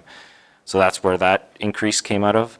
And then municipal bylaws, we had a 300% increase in kind of our calls for that, and that's just people are complaining more and calling us, and if we can pass it off to the peace officers or bylaw, we will, and if they're not around, then we'll handle it. In the third quarter, some of the numbers, the change from 2022 to 2023, everything was down. Everything, property crimes were down by 12% from the previous quarter. The percentage of change over the years, like as of January to December, property crimes were still up year over year by 44%, and that's just a direct result of we kind of had different crime sprees throughout the year. In the spring and April, we had one. Then in July, we had kind of another where some vehicles were entered and things were being stolen. Then in the fall, we had another kind of incident where things were happening, and then it's kind of calmed down quite a bit. With regards to resources, back in the second quarter, we still had 2 members on parental leave. 2 were graduated, returned to work. And we still have 1 position that's double bunked with 2 members in it. So that's kind of helped us a little bit. And that's just for the county positions. That wasn't counting any of the vacancies that we also had on the municipal side. And then on our, our provincial positions, since the third quarter, we're back to having only 1 person that's on a gradual return to work and 1 on parental leave. And that 1 person that's on parental leave comes back next week, so we're pretty much almost back up to the full operational members on the provincial side. Going with just some other statistics, obviously I highlighted some of the, like assaults were up by 167%, and that could be reported assaults, not necessarily ones that were founded. Theft of motor vehicles from 2022 to 2023 were up by 333%. Theft under 5,000, I kind of looked at the trend over, I guess, the last 5 years, and it seemed to be up in 2019, down in 2020, up in 2021, down in 2022, and then up in 2023. So I don't have any rhyme or reason as to why. But from 2023 to 2022, we were up by 188% for thefts. Frauds were up by 133%, went from 6 to 14 frauds. And that could be anything from online frauds where somebody kind of calls and says that I got taken by someone. I didn't lose any money, but I gave them my personal information. So we kind of give them advice on what to do from there. And mischief was up from 7 occurrences to 15, so 114% increase there.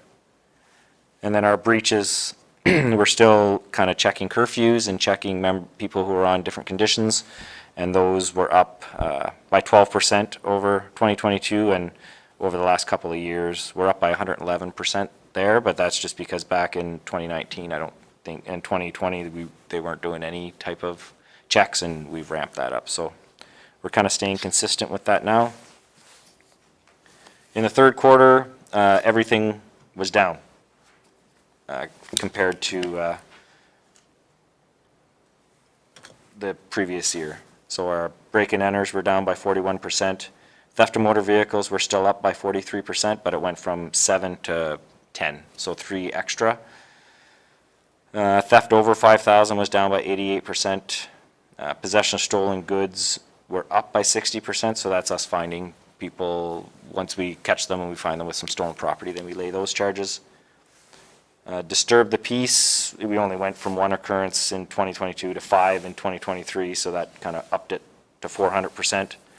But one of the other kind of shocking things that I was looking at is in the second quarter, we went up for abandoned and false 911 calls, up 450%, so that does take away time from the members being able to do stuff if we're always responding to fake 911, or not fake, but misdialed.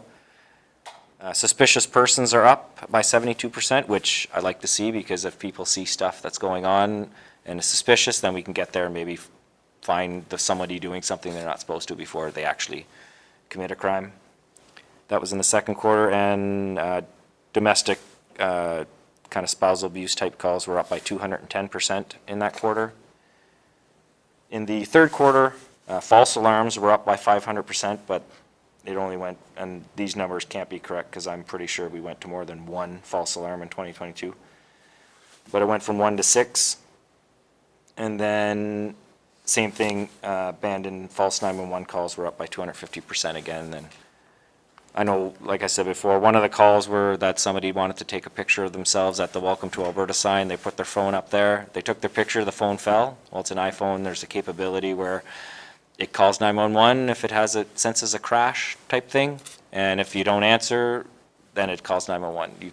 You got only a few seconds or a few minutes to say it's not an emergency. So technology is kind of keeping up, and now we got to find this person that's now driving down the highway because they got their nice selfie in front of the Welcome to Alberta sign. But so there are some instances of that where technology is kind of working against us for 911 calls. But that was really quick to go over those two kind of quarters without kind of digging into what Rebecca is going to present. But are there any questions on anything like that? So everybody's got a question. I got one too. So Oh yeah, and there's also for word for the priorities too. So what was the change of that you actually have these guys in jail now? Usually it's a catch and release, but you've got them off the street. Is it something from above? yeah, it's maybe we just put a better package together and kind of put the grounds, or maybe it was just it happened for so long that when we have all these outstanding charges, I know for some of them. They just evaded police for quite a while, and some of them were in Saskatchewan. But then we just have such a large number of charges against them that it's kind of hard to let them back out, I would think. I would hope that's the reason. And then same thing with the curfew checks. just adding more breaches on, like the courts don't like when criminals breach their conditions. That's kind of a reverse onus. If they're not showing up for court and they breach their conditions, then they kind of carry more weight than almost the initial offense itself, so. But yeah, we've been pretty good with out of those 4 groups, I would say 3 out of the 4 groups are still in custody right now, either awaiting trial or serving their time. That's good. Richard and then Dustin. So my question is, and thank goodness we haven't had it, but in a severe snowstorm, who has the authorization? Who's got the authority to shut the road down? Because I've heard the comment before, well, how come the RCMP doesn't shut the road down? But that's... If it's a provincial highway, it's the province. That's It's the province that like has to we, do that. Okay. if we have a major pileup or we have a bunch of vehicles that are stuck, we will let, usually our contacts, we let Volker Steven know, Yeah. and they're the direct link to whether the highways are going to be closed. And Okay. then obviously if they decide to close the provincial highway, then they're hopefully talking with you guys because now they need to detour somewhere. And if you're not closing all of the roads, then why is the highway closed? Then why is the highway down? Yeah. Yeah, usually it will only be closed if there's something that, there's a collision or you just can't make it by. Yeah. I was just thinking more like in a whiteout condition. But we're not the ones that make the decision. Yeah. We will give them what our observations are, and they have their own supervisors that are observing on the highway as well, but the decision does not come from us. Yep, you're not the bad guys. Nope. We don't decide to close highways. Thank you. Just a question regarding the Wyland detachment. Do they actually have a physical detachment there now? Because I know they were kicked out of it for the longest time there. Yeah, back, I think it was almost, it's kind of almost a misconception. They closed it, I think, 1.5 years, 2 years ago to kind of clean some stuff. There was, I think, some mold and some other issues within the building, so they cleaned all that up. It has been open for over 1 year now, and some people still think it's closed because of the whole project that we were doing with the amalgamation. They thought that it was not open, but they have a full staff down there and public servants. It's fully open. Blaine? I got one. I'm not sure if you can answer it or not, but back to the drone testing and that stuff. So do you know where the cost is going to get? Is it going to get put back on the municipalities, or is that part of the package, or do you know how that's all? Yeah, the meeting was just today, and they didn't mention anything about that. They're still working out all those details, I believe. But the proposed, that obviously with the different districts that we have, they were going to get 85 different pilots, part-time, because obviously the full-time ones are in Calgary and Edmonton. And then there was training, and then it just said that our criminal operations branch was working on the long-term strategies and needs for all that. So it's kind of a new thing they're pumping out. Obviously, they don't have the drones or anything yet. I think they're looking at it. I guess it's just something for us to be aware of, to ask those questions to higher up then too. It's something that just kind of came out in the last quarter, that they're expanding the project instead of just keeping it with a certain few people. Any other questions? Thank you. I got 6 months worth here. All right, so yeah, Mike has covered a lot of stuff. Obviously, for the 6 months, it's the same constant communication between Anna and myself, just regarding daily conversations, updates, safety issues, Facebook concerns that we may come across, stuff like that. I always do try to get into each 4 corners of the county every month and patrol those corners, and the schools, obviously, in their speed zones, stuff like that. Those are just all things that I generally, monthly for sure. I know July was busy for centennials and Canada Day. I was able to attend the Schuler 100th Centennial and Canada Day Parade. Hilda Centennial Parade was also in July. The Stampede Parade, I rode on behalf of just myself, but I was able to ride in there. Attended the Country and the City Road Crime Watch booth. Spent pretty much the day there in uniform and answering questions and stuff, and was able to see Danielle Smith walk through and chat. August was pretty basic month. The schools are out, so it gives me some time to patrol all the other areas a bit more. Assisting the detachment, there's a lot of suspicious vehicles and theft of vehicles where, a few months ago we were dealing with a lot of them. September brought the Memorial Lane roping team event there. Again, it's kind of on my own. They're waiting for me to be able to do this in uniform, but I was able to lead the grand entry parade again, and it was very special this year. I had a little pair of boots on the saddle there. Shane is well aware of that. Assisted with the annual Santa Claus Fun Toy Parade. Tiny Tot Daycare in Redcliffe. It's in Redcliffe, but there was 40 kids that were able to go through the truck, from little kids that were very scared of the truck, and myself, to older kids that were interested or to the older, but it's daycare, so they're all little guys, so it was fun. Emergency services school day at Halo at the tarmac there. 800 students come through there, I think around, I don't know, grade 6-ish, around those grades. From the city and the county, so they were able to go through the truck and ask questions, and it was a very busy day. It was a really, really cool day to be there for that. Schuler Rust and Shine, third annual, I was able to lead the third annual bike parade in Schuler. It's always a big hit there. It helps our breakfast for the Halo fundraiser. October, started the DARE class in Irvine School. There was 2 grade 6 classes, so I think there was just over 50 students. So that was a whole afternoon there between the 2 classes. I wasn't able to do them all together. Eagle Butte School, when it started up there, they were talking about National Teen Driver Safety Week. I was able to talk to the students in the gym there for that. November, Remembrance Day, Schuler. I was a bit late for that. I had the wrong time in my head and showed up a little late there, but I was able to attend that. 7 Persons Remembrance Day Parade, Redcliffe Remembrance Day Service Parade. We had the Hilda AGM, and I don't think too many concerns came out of that one.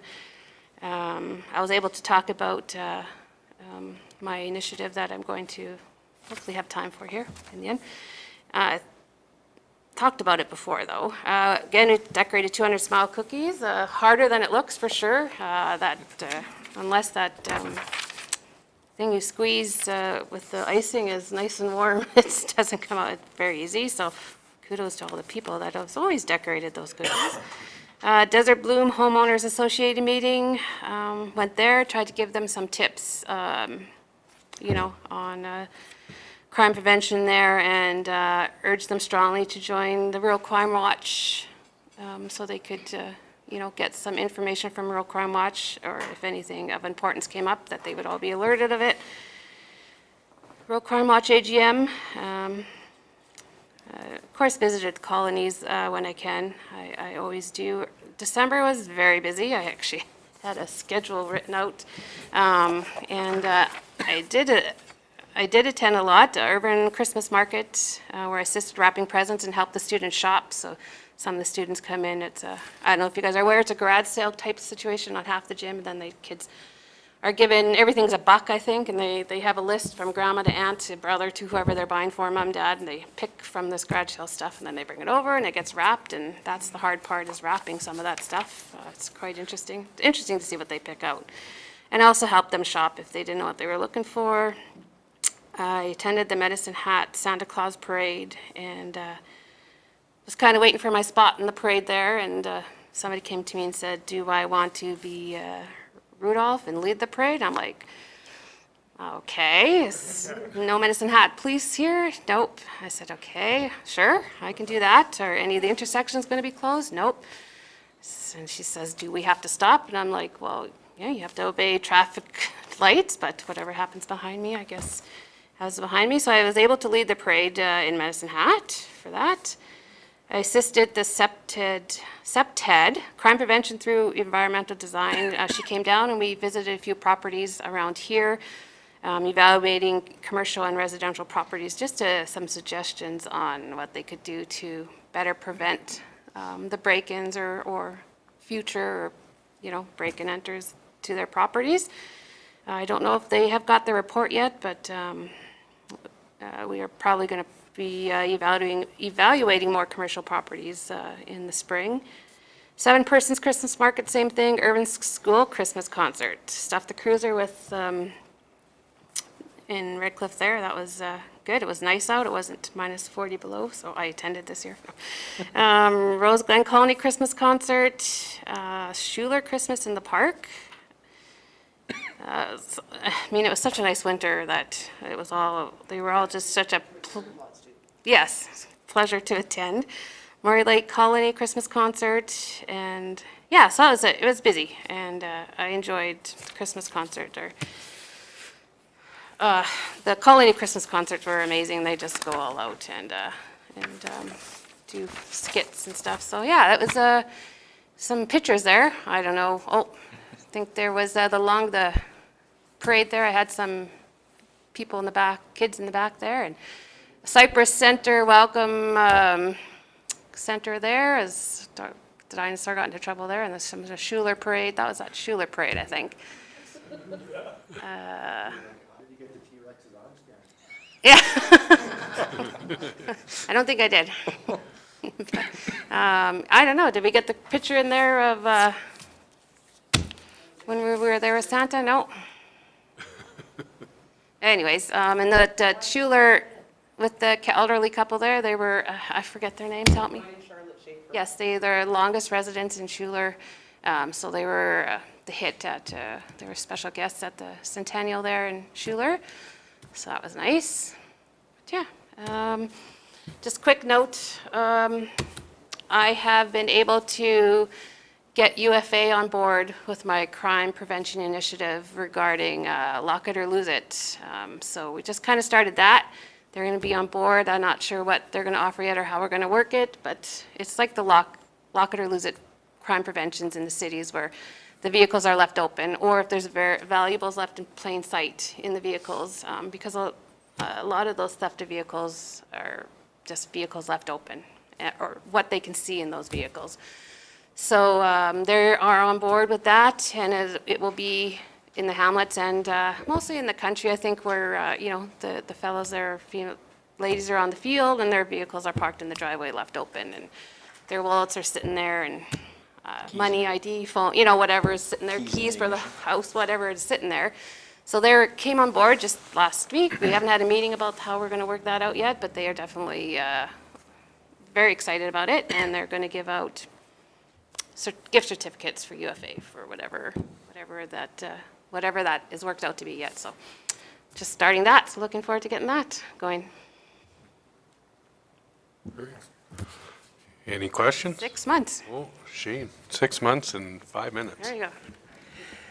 One thing you forgot to bring up is that during one of Rebecca's tours of this county, she found a nice bull buffalo relaxing in the prairie grass in Cypress County, and she took a picture of it and put it in a nice frame, and she donated it to Halo at their Halo fundraiser, and it was bought and donated to the Medicine Hat Hospital, so she has a nice picture hanging in one of the waiting rooms at the Medicine Hat Hospital.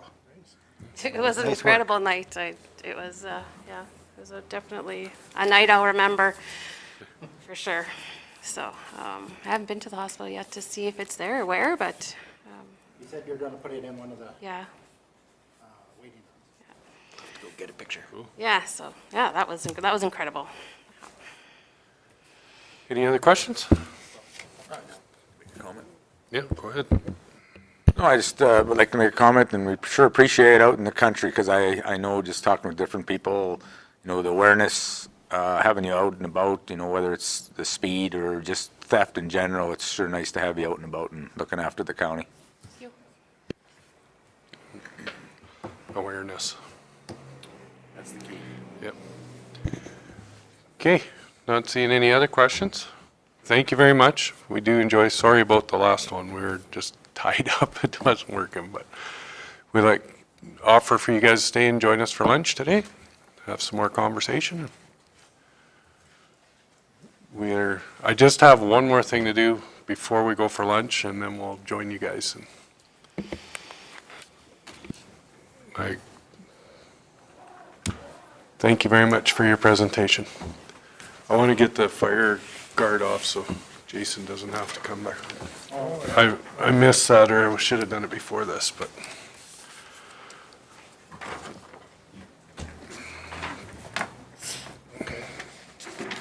That's why he's still sitting here. I screwed that up.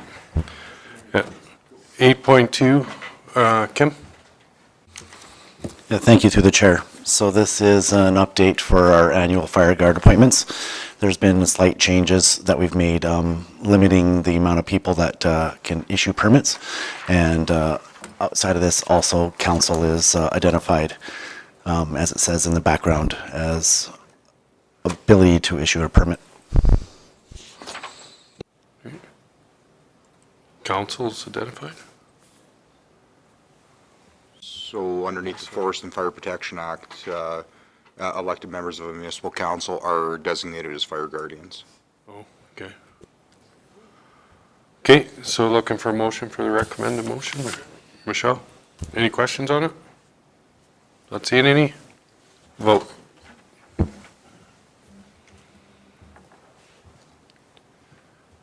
Do we want to do the Ag Service one and then break for lunch, or wait till after? Okay. Okay, that's it. We'll break for lunch.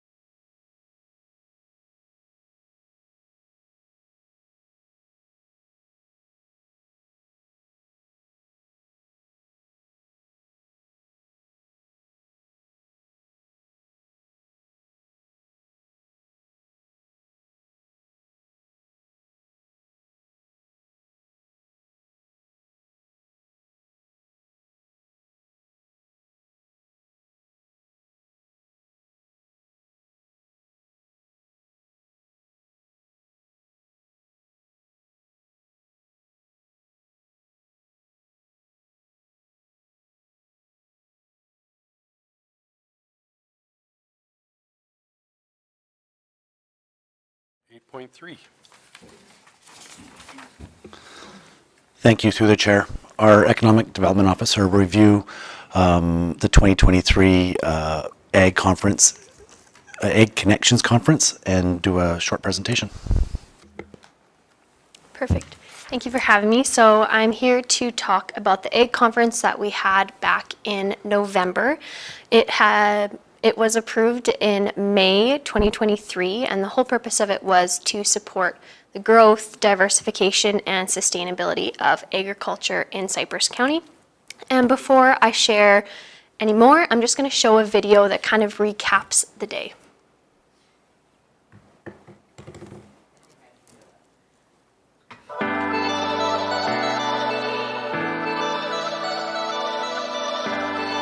Welcome to the first ever Cypress County Ag Connections Conference.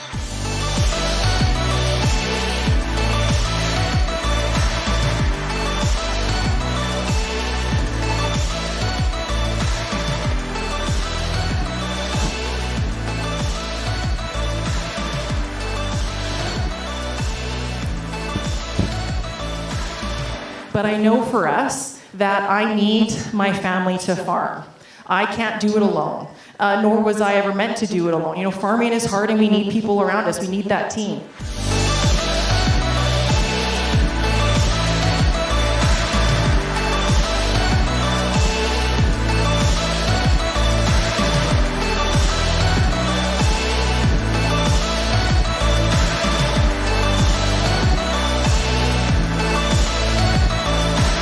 So thank you everybody for coming, and we look forward to seeing you guys again in 2024.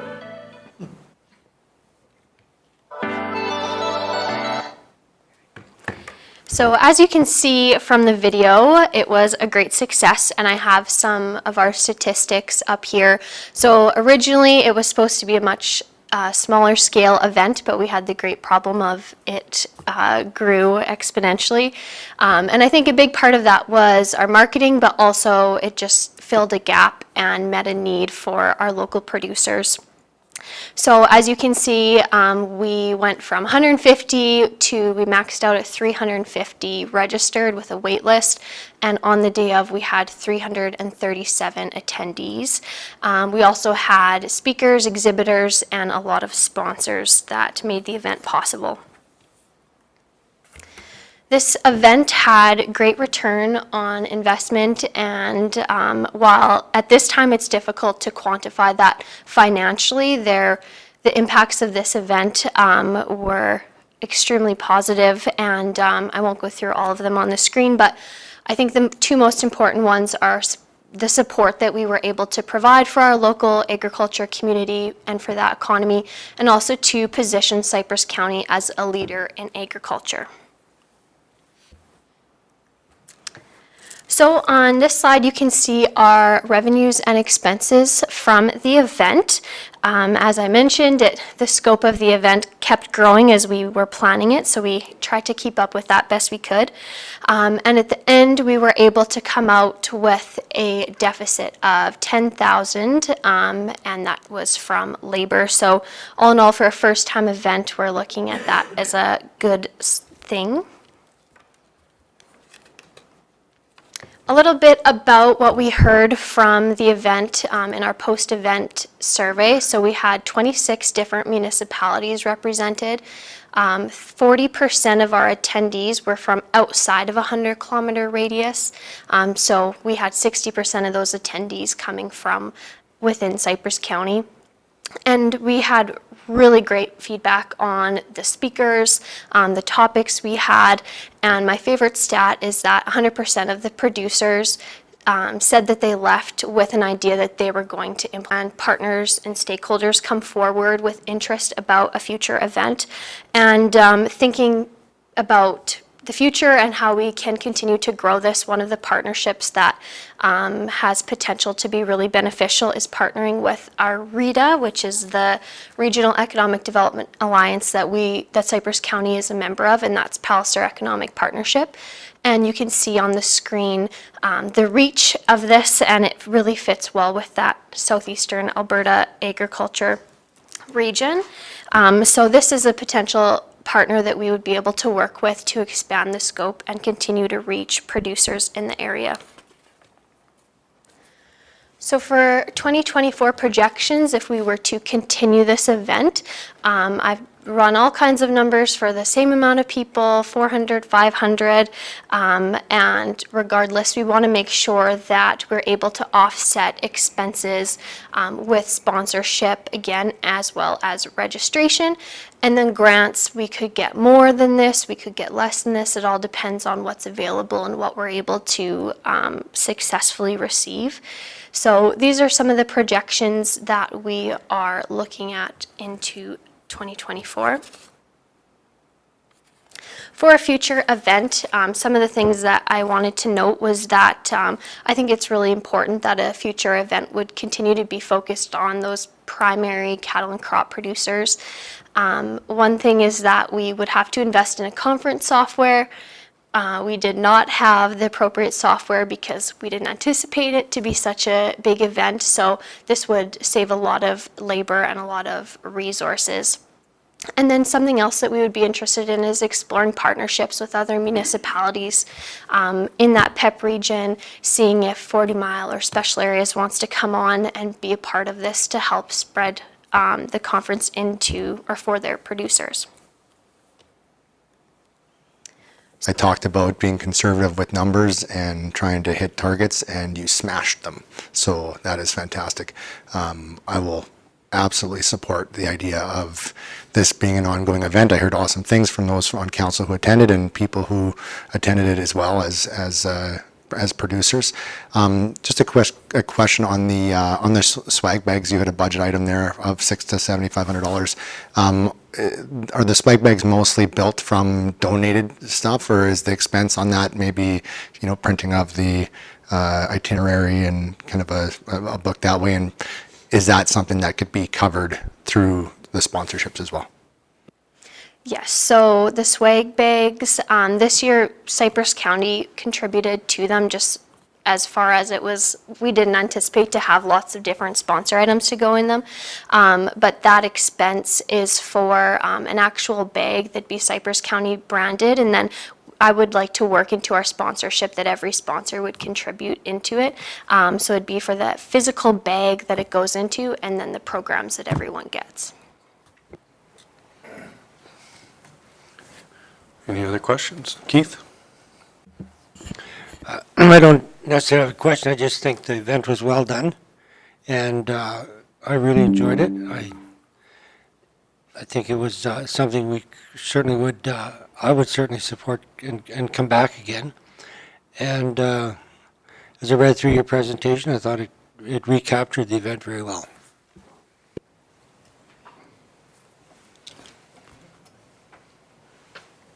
Any other questions? Any motions? Dustin? I'd like to move that we do the conference as an annual event.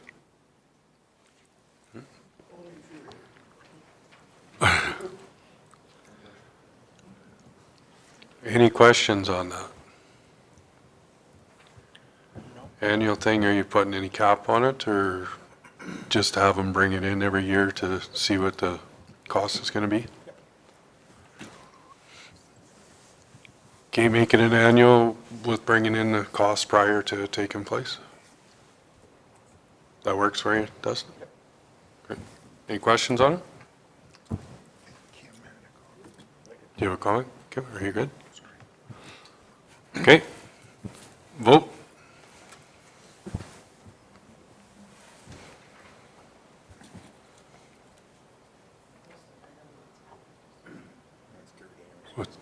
It's carried. What did she say over there? She screwed something up. That's carried. Or you want us to vote again? No, it's fine. Good job, Beth. Yeah, real good job. Excellent job. Very good job. We expect better next year. If not, just make it the same. Yeah. Okay, well, we won't bother going in camera. We'll wait till 1 o'clock and start. start with that. Is that first one in camera is going to be a little bit of time. What's that? Yep. We'll have a break till 1 o'clock.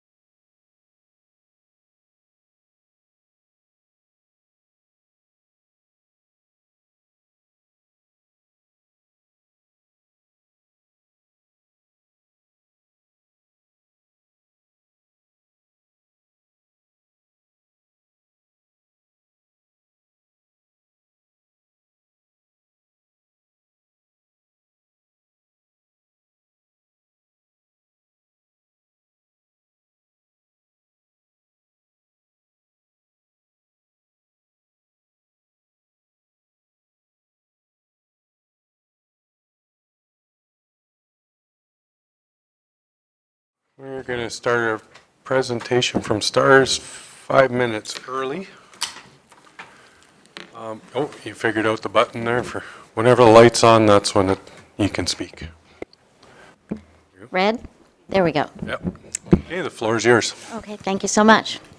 Well, it's my pleasure, or both of us, to be able to bring you some information about STARS. I've been working with councils for the past 18 years across the entire province of Alberta and into northeastern BC. I'm Glenda Farndon, the Senior Municipal Relations Liaison for STARS. I'm Josh Nash. I'm the Provincial Director. Thank you for having us today. So first and foremost, we'll just get started right away. Thank you. So on the financial end of things, we previously had an affiliation agreement, a 10-year affiliation agreement with Alberta Health Services for 20% government funding, which expired in 2020. We've been year to year in funding ever since. We're in negotiations right now with them to hopefully secure another 10-year affiliation agreement at 50% of operational costs. So back in 2022, they did move to 50% of operational costs for STARS. This does not include the Emergency Link Center, our dispatch center in Calgary for all our bases. It does not include education and training or administration costs, strictly operational costs. So they have topped up to 50% of funding. And we are hopeful to have further information for you at a later date on whether or not we've been able to secure another 10-year affiliation agreement. Of that, the STARS Lottery The STARS Lottery is our significant fundraising source, usually netting close to $10 million per year in net funds, which pays for one base in Alberta. It launched last week, so we're very hopeful. For 28 years now, Albertans have continued to stand by our side. Of that also leaves, after the lottery funds, roughly $18 million that must be fundraised each year from community events, our corporate partners, and of course municipalities that continue to support STARS for many years now on a collective united effort to help offset costs. Next slide. So here, this is where we're at with our municipal support across the province. Everywhere that you see that appears in green is an annual municipal supporter of STARS. So you can see that it's very much a united effort across the province. Now the red boxes represent our 9 municipal leaders that we currently have that are represented on the helicopter as well.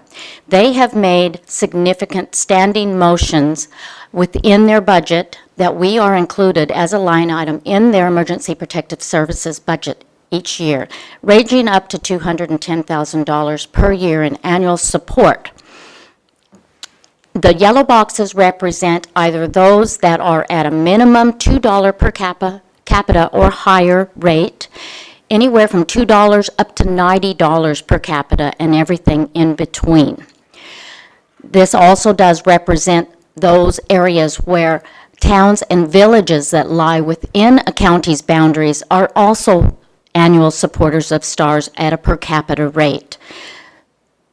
So together, we are continuing to ensure on a collective effort that we are making sure we have a robust health and safety network for all. This gives you a 5-year mission overview for all of Rotary Wing service in Alberta. So would include all 3 STARS bases, Hero as well as Halo for northeastern and southeastern Alberta.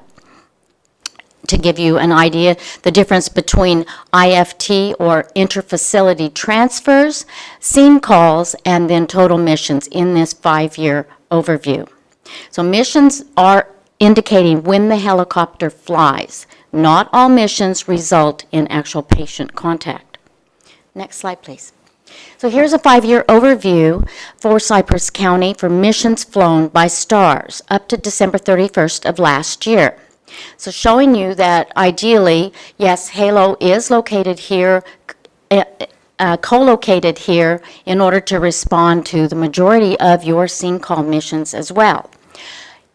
You have a very busy hospital at the Medicine Hat Hospital as well, totally averaging on an overall average of about 9 missions per year.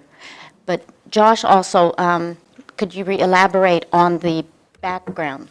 Yeah, so just to give an idea with sort of the interfacility transport, we do a number of missions to the Medicine Hat Hospital just based on our sort of critical care modality.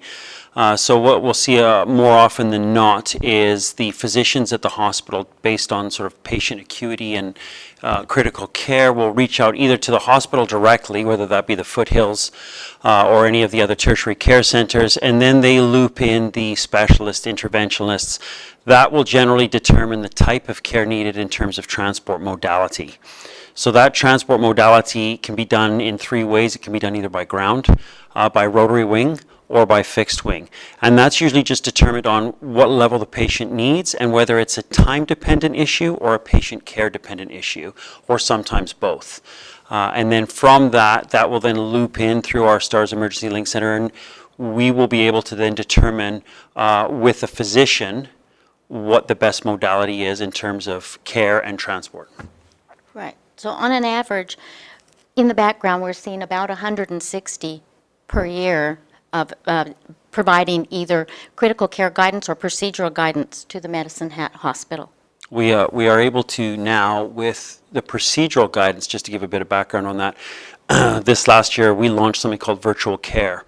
And that is the ability to do a video conferencing via a secure network with physicians or specialists, whereby our Emergency Link Center will loop in our transport physician, likely the physician at the sending facility, and then any other specialists or interventionists such as cardiology or the type through video conferencing.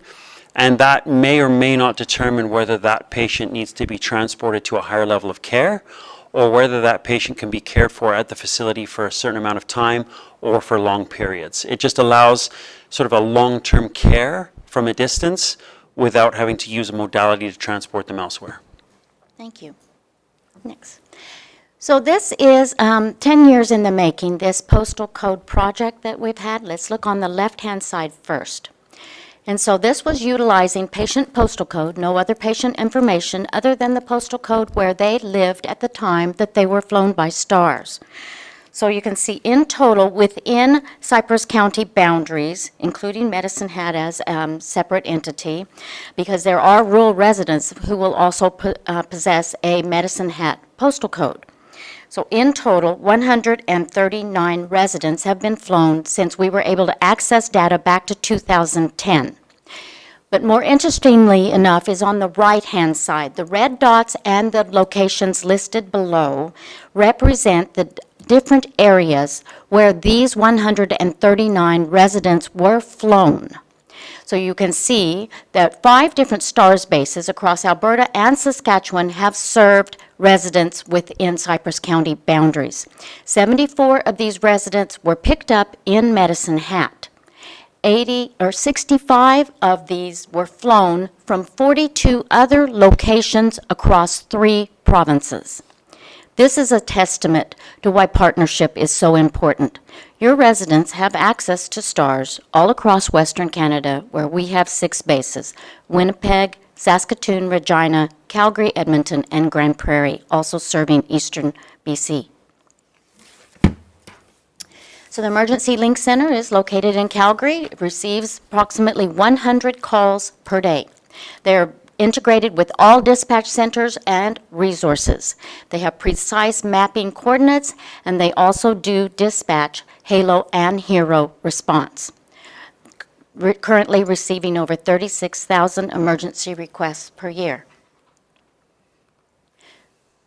Josh, could you please? Yeah, so just to give sort of a bit of background with regards to sort of rotary wing in terms of the platform that STARS is, we have a 24/7 transport physician that's on staff and available for call. All of our transport physicians, when on call, are the ones that will triage those calls that come in across our 6 bases. So when a call comes in for a mission request, whether that's a scene call from a EMS provider or whether it's a interfacility transfer from a hospital or healthcare center, it's our STARS transport physicians that will determine what level of care and how to care for that patient and then what modality.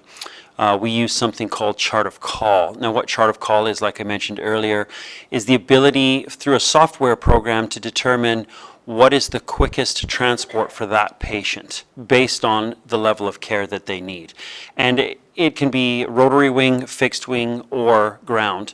Some of the limitations with fixed wing, obviously, is fixed wing is very heavily tasked in Alberta, provincially.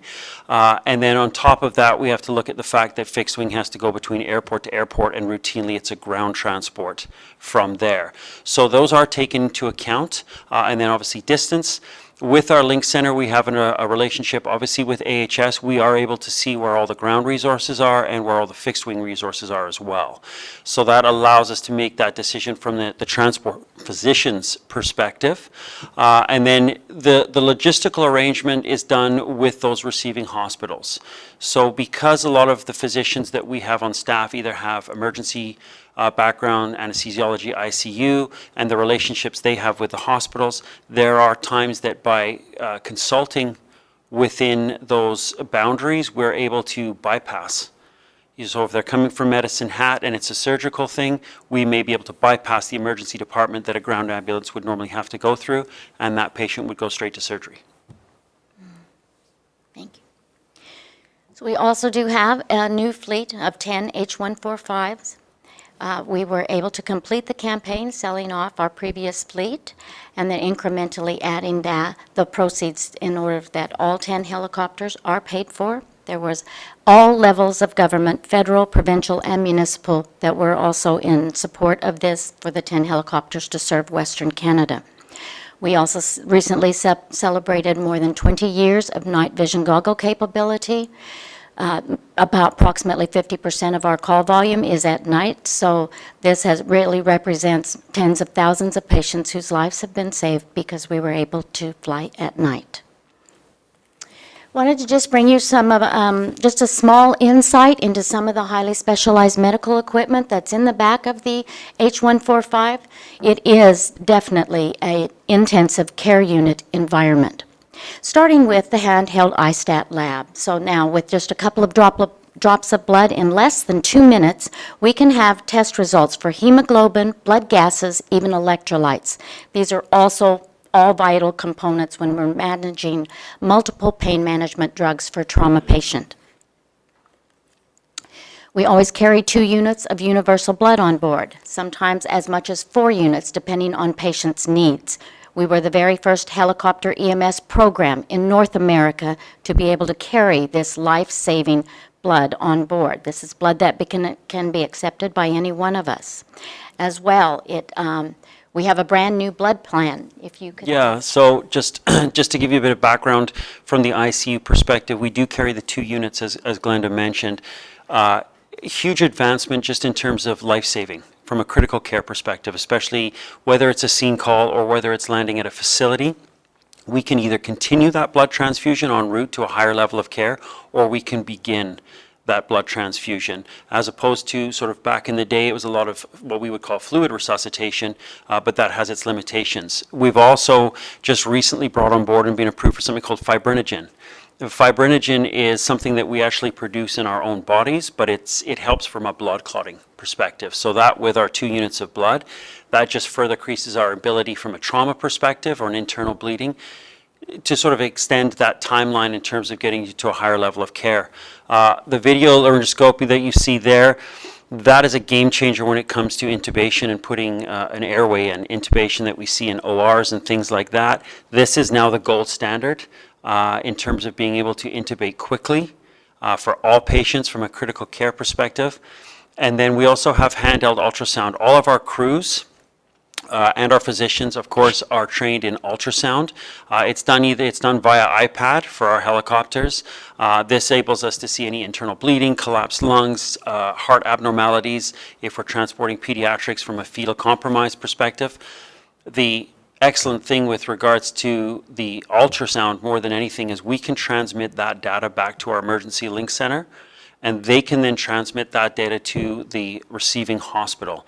So as I mentioned earlier, that gives us the ability to sometimes bypass some of these departments that would normally tie you up for that extra 30 to 40 minutes. We've already done that diagnostic imaging, and it allows us to get you into a higher level of care quickly. Critical care expertise is a vital thing for STARS. And so we do have mandatory training. We have in-house training at each one of our bases, up to 200 hours per year for each crew member. Utilizing high-fidelity mannequins, we have all sizes, adult, pediatric, even neonatal, and a pregnancy mannequin as well. That has all been provided by generated by donor dollars from a lot of our corporate sponsors who believe in safety and education. So we do also do simulated in-field training.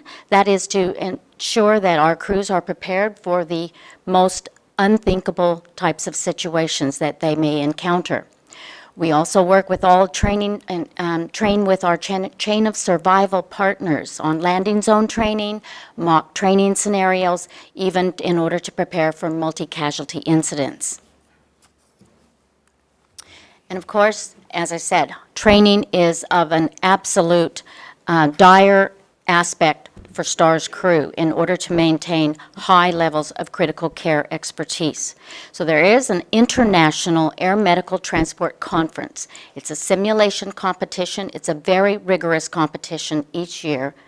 STARS has participated for 21 years. We hold our own internal competition to allow only one team of two to go and represent STARS internationally each year at this rigorous competition. They must triage multiple patients in very high consequence critical situations. They're graded on their decision making and timing and of course the patient outcome. And with that, we're very proud of the fact that we have continued to be a leader all 21 years. We thank you, Cypress County. Thank you very much for your consideration. We thank you for your time today to bring further information. It's really important that you, as the municipal leaders for your area and your residents, know and understand all the different options that are available. Collectively, across the province, municipalities, we are all joined together to ensure that every resident has access to a robust health and safety network. And so we invite you to please consider to become a partner with STARS on an annual basis and to join more than 95% of all of Alberta who is helping to ensure that we all have access to health and safety, regardless where we may travel across Western Canada. So our request to you is for your consideration of a $2 per capita request for, in conjunction with your council term for this year and next year. A life is literally saved every day, but it's partnership that has made it possible for almost 40 years. So thank you. Thank you. Does anybody have any questions?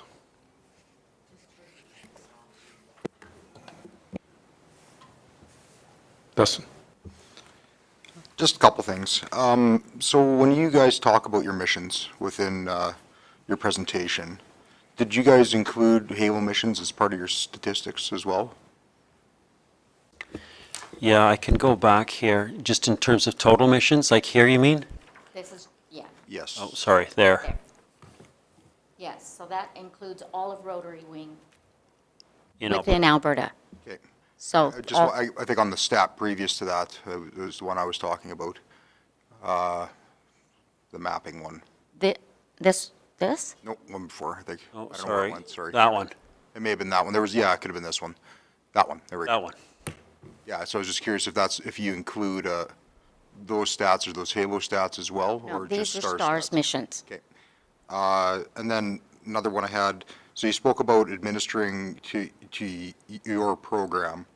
So is it a STARS program that you guys administer to, or is it a AHS program? So we have an affiliation with AHS, but it's a STARS program. So all of our critical care paramedics, critical care nurses, and then our transport physicians are all in-house. They're all STARS employees. Our affiliation with Alberta Health Services comes into conjunction with, like I said, in terms of what's the best modality for transport of that patient. And then we work with them in terms of integration when it comes to our Emergency Link Center, in terms of the care that we provide, right? They're aware of all of the care that we provide. They're aware of our training program. That's all been through our affiliation with them. Okay. So I guess speaking to your dispatch center then as well, so would it not kind of be a conflict of interest for you guys to operate your own dispatch center when you also take in dispatch for like Hero and Halo? Because would it not be a prioritization of yourselves to do that? No, and I'll give you a bit of background on myself. So I was a paramedic for 24 years with Alberta Health Services.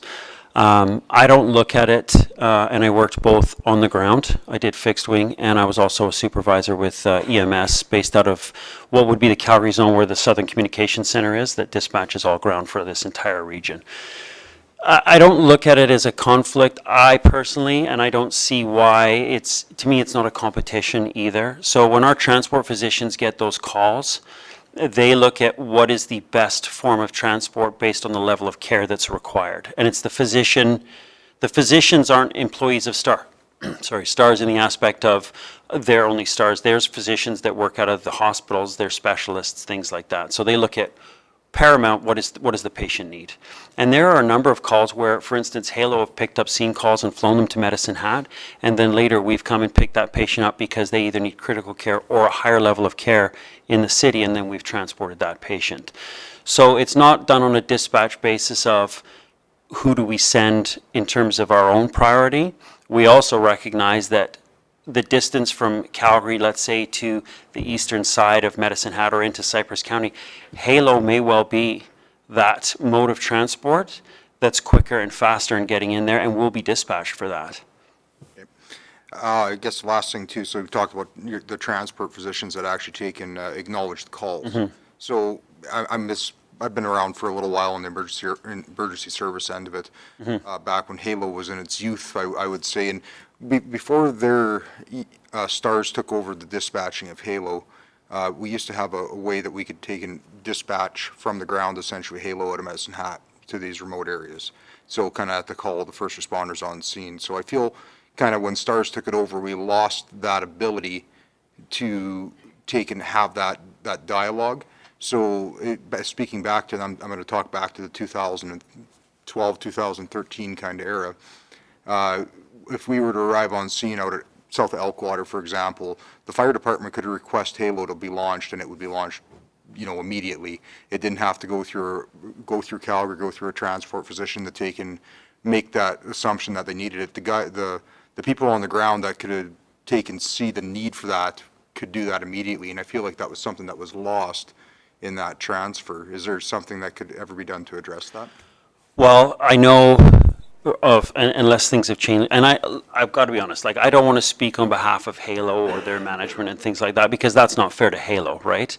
But I can tell you from a dispatching perspective, AHS, when AHS became a provincial entity, when it came to ground ambulance in particular, and as we all know, pandemic, post-pandemic, we're seeing challenges across the board for everything when it comes to staffing, and keeping ground ambulances, in terms of servicing and well like that a lot of the time with AHS, when it came to launching Halo, it had to go through an AHS supervisor in order to get that approval, because they were taking an ambulance out of service to put the paramedics on the helicopter, which is something we don't have control over as far as STARS goes.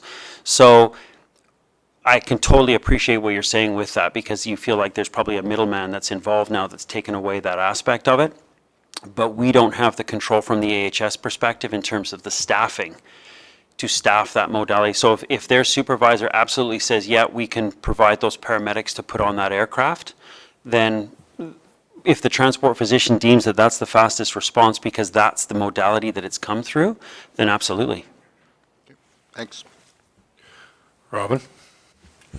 Hi, thank you for coming today. Thank you. The clarity, I guess, that I'd like, I think that your ask is reasonable, and I understand, and I believe that you have overlapping services, and for STARS to make the ask that they are, they're not in any way saying that Halo is less important.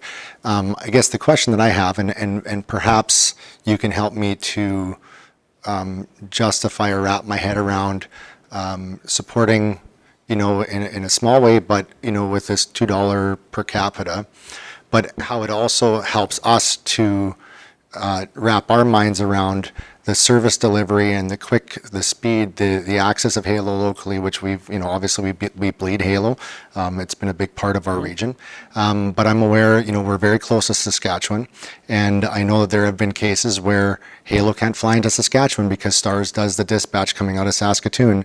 And I guess the question that I have is, if we are all focused on quick service, getting the right service there quickly, if I were to help promote your $2, you know, per capita, would you help us to work with STARS in Saskatchewan to get Halo into these areas in the Southwest where it is the faster? Yeah, and I mean, because right now it you know, we say that it's not a competition, and we don't want it to be, because it's about response times. But when we have ambulances or fire trucks that are bouncing down a road with an injured patient to get them over the border so that we can get them into a helicopter versus waiting for an extra hour and a half, that's not good services. And I can tell you honestly, and I recall this just last year, Halo flew into Saskatchewan for a red patient, as you would call it, a critically ill patient in Saskatchewan, because they were the fastest to get in there. Some of the challenges that we find, all of us, is once you start doing cross-border, you deal with different health authorities. You deal with different funding modalities from those health authorities. Like ourselves and like Halo, yes, you're funded by partially the provincial government here, and then you rely on donors and sponsorship and so on and so forth. Once you cross over into Saskatchewan, you're doing that trip, and there's obviously a cost involved. Obviously, patient care is priority, but there's a cost involved in terms of the aircraft and so on and so forth. So it then becomes a challenge, you know, having to have that relationship with those health authorities as well. We know that for the most part, if you're picking up a patient in a certain province, they're going to want to be transported back within that province, right? And that can also become a challenge as well, right? If you're picking them up in Saskatchewan, bringing them back to Medicine Hat is probably the closest center, as opposed to, depending on where they are, going into Regina or something like that. So that poses a challenge as well. And I'm honest 100% when I say I don't see it as competition, I see it as partnership. We have different modalities, and we have the same modality, but we have somewhat different platforms, right? We are of a critical care platform, as you can see by the slides as well. A lot of the times when we are coming into this region, for the first and foremost, is because we're doing interfacility transfers. And that's because, first and foremost, Halo is still the quickest respondent, right? As Councillor Vossler said there as well. The challenges that we have as well is, when we build these relationships with our health partners, and depending on what staffing levels are and things like that, it's being able to find what is the best modality at that particular time. So it's not about us not wanting to send Halo into Saskatchewan because we're the dispatch center. And we're the dispatch center, and I totally appreciate what was being said. We have the ability with our technology, in terms of how we are interconnected with Alberta Health. Our Emergency Link Center, our call takers and dispatchers have the ability to get an overall perspective of the entire region, as opposed to just dispatching, let's say, a ground ambulance. They can see the whole picture. So when we look at our dispatch center, it's actually very much a positive for us, because we can send whatever the best response is. And we can interlink that. And as I said before, we've had many times where Halo has picked up a patient, brought them into Medicine Hat, and then they've either gone out by fixed wing, if it's not such a patient dependent, but maybe time dependent, because fixed wing is quicker at times, or we've come in ourselves as STARS and transported that patient. So it is a partnership, 100%.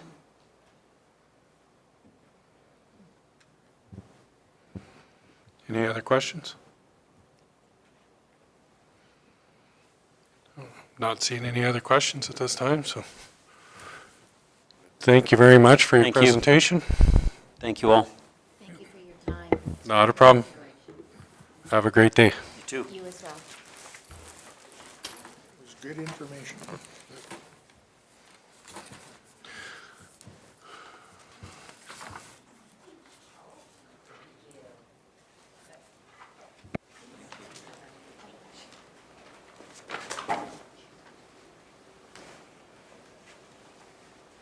Thank you.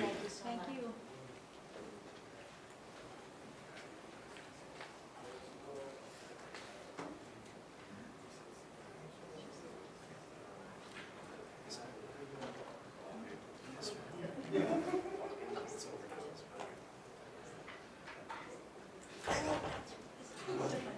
The 130's doing the interview right now, right by the door.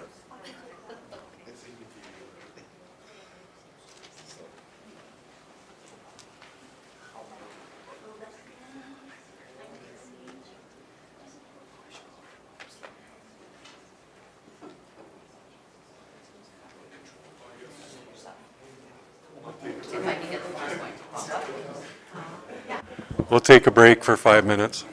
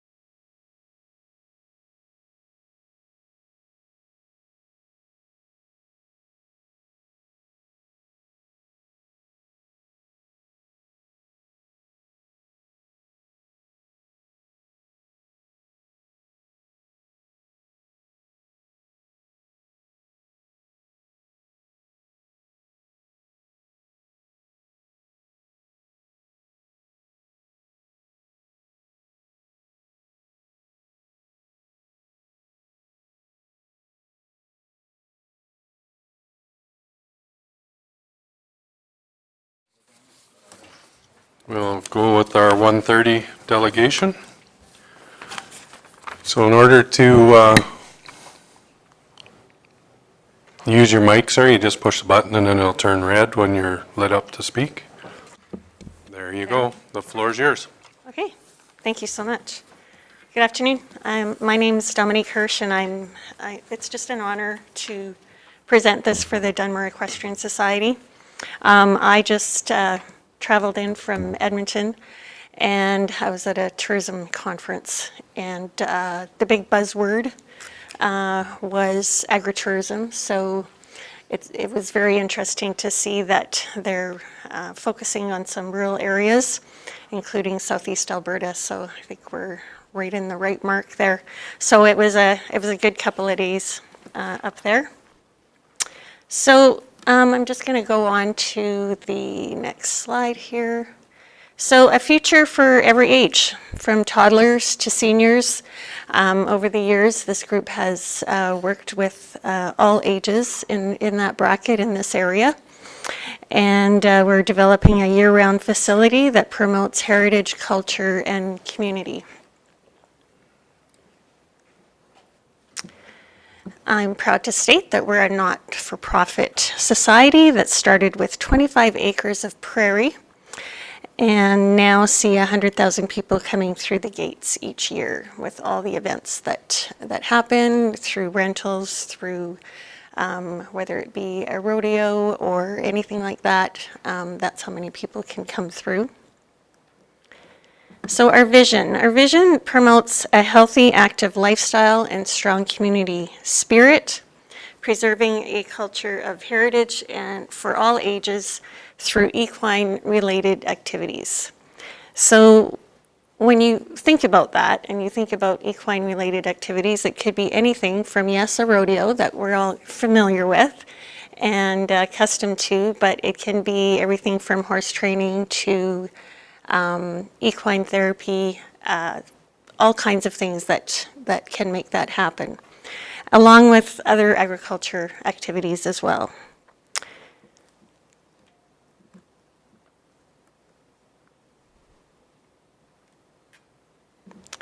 So let me just see here. Yeah, that's right. So our board, thank you to Kelly Creasy, and President, and Blair Reed, founder, for representing the board of directors today. Justin Kraft, Joyce Stuber, Corey Schock, Kathy Schnell, Eugene Eric, Paul Blassetti, and Nick Wittick. These are hardworking volunteers continuing to accomplish a lot on a shoestring. Now, I'm going to go off script a little bit here again, but I just wanted to say I wouldn't be part of this, you got it? Okay. Wouldn't be part of this organization or join this organization without knowing that the passion and the dedication that this group of volunteers has worked with the last 10 years. Each one of these members is part of your community. You have seen them at this table for this reason. You've seen them at events. You've seen them at fundraisers. You've seen them in the community. You've talked with them several times about other things that, other than the Dunmore Equestrian Society. They are residents. Some are raised here, born and raised here. Some have been here for decades and enjoying your area and the southeastern Alberta corner.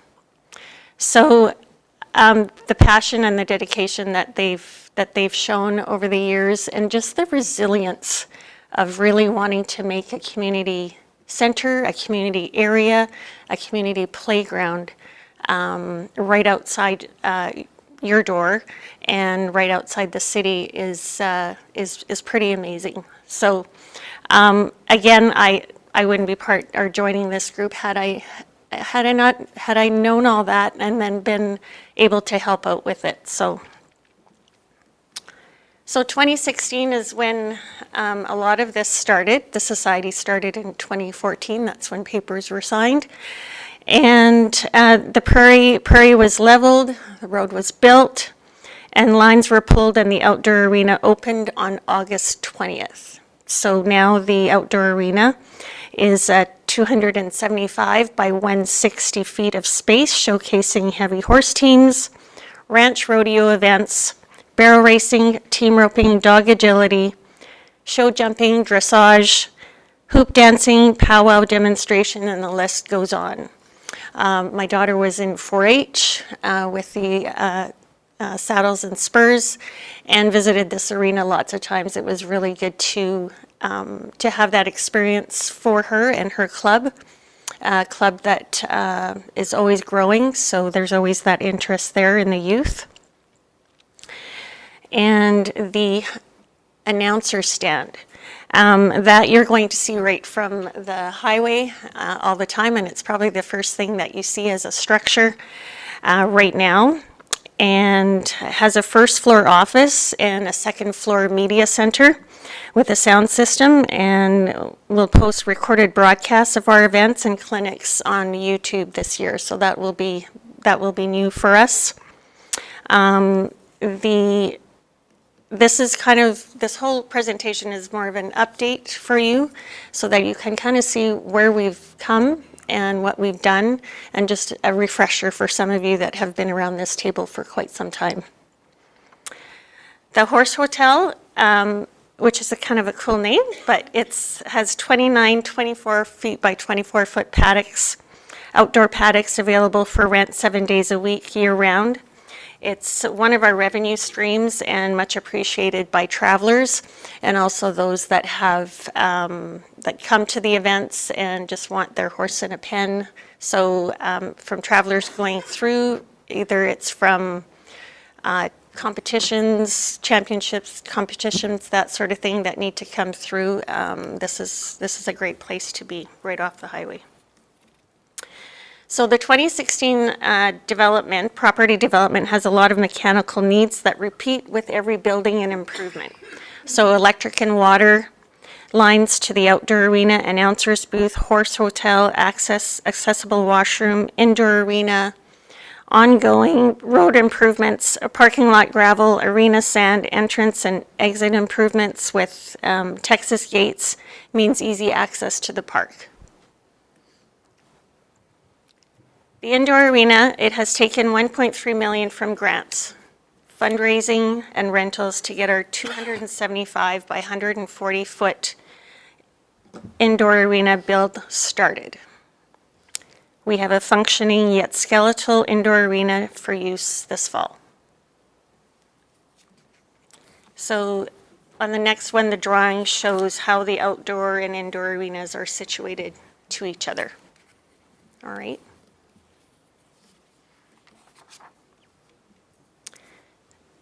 So the indoor arena, the steel is going up and the indoor arena is starting to take shape. So we're getting lots of comments from people that are driving by.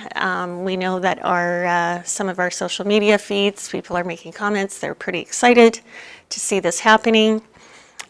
So it's really uplifting to really see this vision starting to come alive. We brought Jeremy Jans on as our project manager. He is from this area and owns Platinum Controls, and to keep our budget and timeline on target. So he's really been the one that the go-to, along with Director Paul Blassetti on the building end of things. He just has that experience, right? And we're lucky to have that in our area, to have the experience of someone that can work with the subcontractors, work with the timeline, work with the budget, and work with the drawings. The insulation and electrical work will start this month. So costs, we successfully received the CFIP grant of $1 million and raised matching funds with these monies. And we'll have a functioning yet skeletal indoor arena. We need $2 million to complete the building, okay? So that kind of gives you that timeline on these costs. Some of you have probably already gone through this PDF that was in your agenda. So for some of you, if you have questions, for sure at the end, we'll be able to answer some of these questions. So for future developments, needs and wishes include adding a community cultural center to the indoor arena. Meeting space will expand our hosting abilities to agriculture shows, heritage performances, weddings, you name it. We could have all kinds of things here, including livestock shows. We could have petting zoos. We could have other events with an indoor and an outdoor arena. There's lots that we can do, and I'm sure there's lots of ideas coming to your heads right now. Adding an event stable will be a revenue stream for stall rentals. This addition will follow in the next developmental phase. So in the therapy end of things, horses carry the wisdom of healing in their hearts. So that was apparent when Kathy Schnell, one of our directors, hosted the DE Wellness Therapy Clinic at Coyote Creek in November. So this incredible clinic, it was a hands-on demonstration of the benefits of horse therapy to representatives from McMahon, CFB Suffield, Siksika Nation, Ready Enterprises, the Women's Shelter, and Prairie Rose School representatives. What they found is they really keyed in on the equine therapy, knowing that their clients, their students, their people in their organizations were able to definitely use this as a good therapy for what they needed for their goals in their clients. One of the keys to our success is the easy access from the #1 highway. Large rigs have no trouble getting in or out. Our events are the Heritage Gather. It's one of our premier events. If some of you went last year, you'll see it was just amazing. With the close association to Indigenous and Western culture, Dunmore Equestrian Miss and Dunmore Equestrian Sweetheart events showcase the Western heritage. So we do have some ambassadors. We've got Jada Silcher and Sophie Crothers. So it's kind of neat to have rodeo royalty right here in Dunmore. And our future champions of tomorrow get children and parents involved at the park. Halftime shows with hoop dancers or buffalo trick riding is a way to entertain the audience while there's a 30-minute break in the action as well. So lots of opportunity here to expand on these events. The Heritage Gather has definitely grown over the last few years. So last year being the biggest one yet. Our Little Britches rodeo competitors are serious athletes. We will see quite a few of them rise through the ranks, becoming professional competitors as adults. The Canadian Classic Rodeo gives senior competitors a leg up on collecting points to gain entry into the Canadian finals. The Heavy Horse Chore Team Series is a true example of Western heritage, showcasing the power and grace of horse and human athletes like no other. There's roping, team roping, barrel racing, mounted horse shooting events as well, and heritage moments. So each and every one of them are a moment that the Dunmore Equestrian Society does not take lightly in terms of events. It's just a really great extension of what these volunteers have been able to do. The Paws and Who's events, this is one of our favorites because it has us taking our senior petting zoo and egg and butterfly hatching programs on the road to senior homes from April through to July. So you can imagine having them pull up to a senior's home, and the clients and the people that live that just love this because they don't have to go anywhere. We come right to them. The smiles from residents and volunteers who guide their therapy animals makes your heart expand tenfold. It is just amazing. Our arena rentals include the Southwestern Prairie Team Roping Association, Medicine Hat Dressage, Medicine Hat Show Jumping, Stock Dog Trials, Dunmore Barrel Racing Summer Series, and Trackside Barrel Racing Group. So there's lots of opportunity for rental and for revenue streams that we've already started. And it's just a matter of making that grow through the indoor arena as well. The monthly calendar of events you'll be able to see on the website at dunmoreequestrian.com if you haven't gone there yet. It's a great place to kind of peruse. There'll be lots of improvements being done on the website as well. Sustainability funding is key to being sustainable. We are fortunate to have Kathy Schnell, our volunteer grant writer, on the team, as grants are crucial.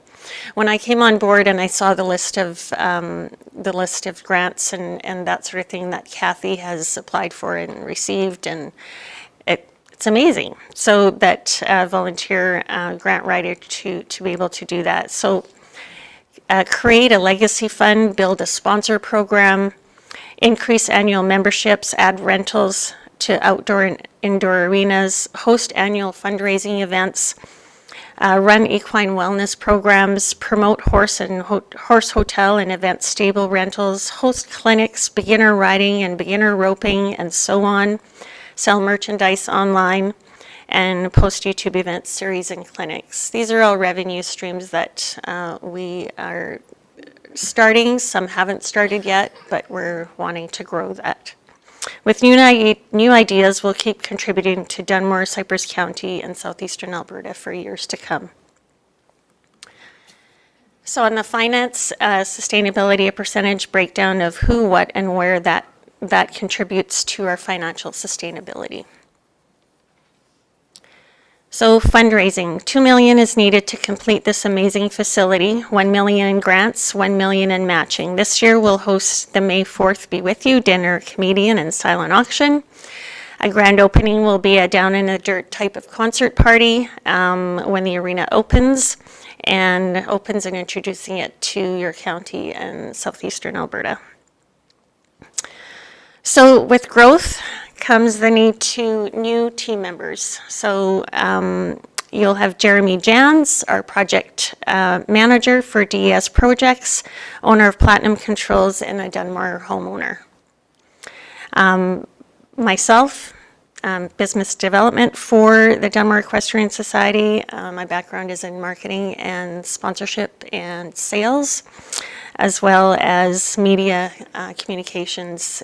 So then there's Dixie Lawrence. She's our business development as well for marketing materials, your social media coverage, and project research. So what you see here is what Dixie has developed. So we really, the three of us, have a skill set that we feel is very important to this board of directors.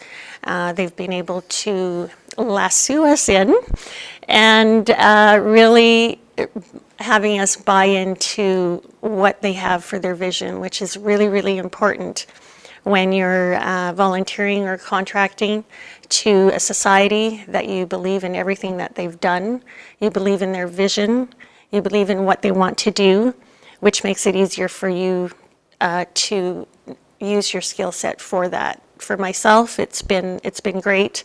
I have been able to be in front of businesses, be in front of other organizations, and they're pretty excited for this. So, and they know the people that are on the board.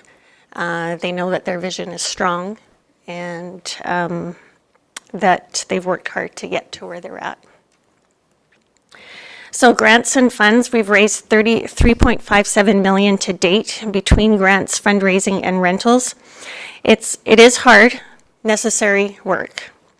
It's important to see the commitment it takes to develop this property, to truly appreciate what an achievement it is, and when you see these arenas in use. So honestly, heritage, culture, and commitment. It takes on a whole new meaning when it comes to this group. We've learned for grants, we've learned that community supports us. They want to see us plan, grow, and prosper. We want to say thank you to Kathy Schnell and Joyce Stuber for their drive to research, write, and apply for grants. Grants and donor funding are key to the celebrating our success. So with our partners, you'll see here our launch started with the help of Cavan Ranching, Cypress County, yourselves around the room, and the Government of Alberta. Our partners are showcased in these next few slides. So you'll see here, there's a whole different types of segments. There's individuals, there's businesses, there's some in kind, and we just have a whole sector of different types of donors and ones that really want to help us out. So we appreciate each and every one of our partners. Our partners, such as the Mawassan Friendship Center, help us navigate the freedom and restrictions of being a not-for-profit.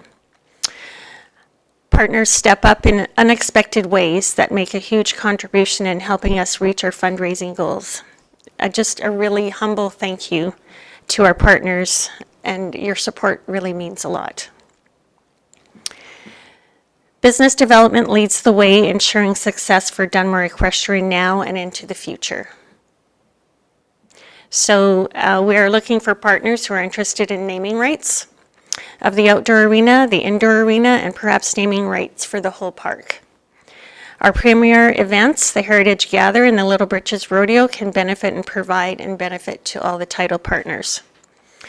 We will customize sponsorship to fit and provide 3- and 5-year plans to show how we're going to grow and make a difference to our sponsors, to our community. Sponsorships works in both ways. We will work hard to promote your team at the same time, and we'll be sharing your partnerships at the arenas and in the park. Grants and funds. The interesting story of life at DE is that we are horse people. We're ranchers, farmers, workers, and volunteers in this community. We hope you're proud of the facility and expansion and the difference we're making in Dunmore and in Cypress County. And thank you for your time. We look forward to working with you and your ongoing support of Dunmore Equestrian Society. Does anybody have any questions or comments? Okay, Blaine?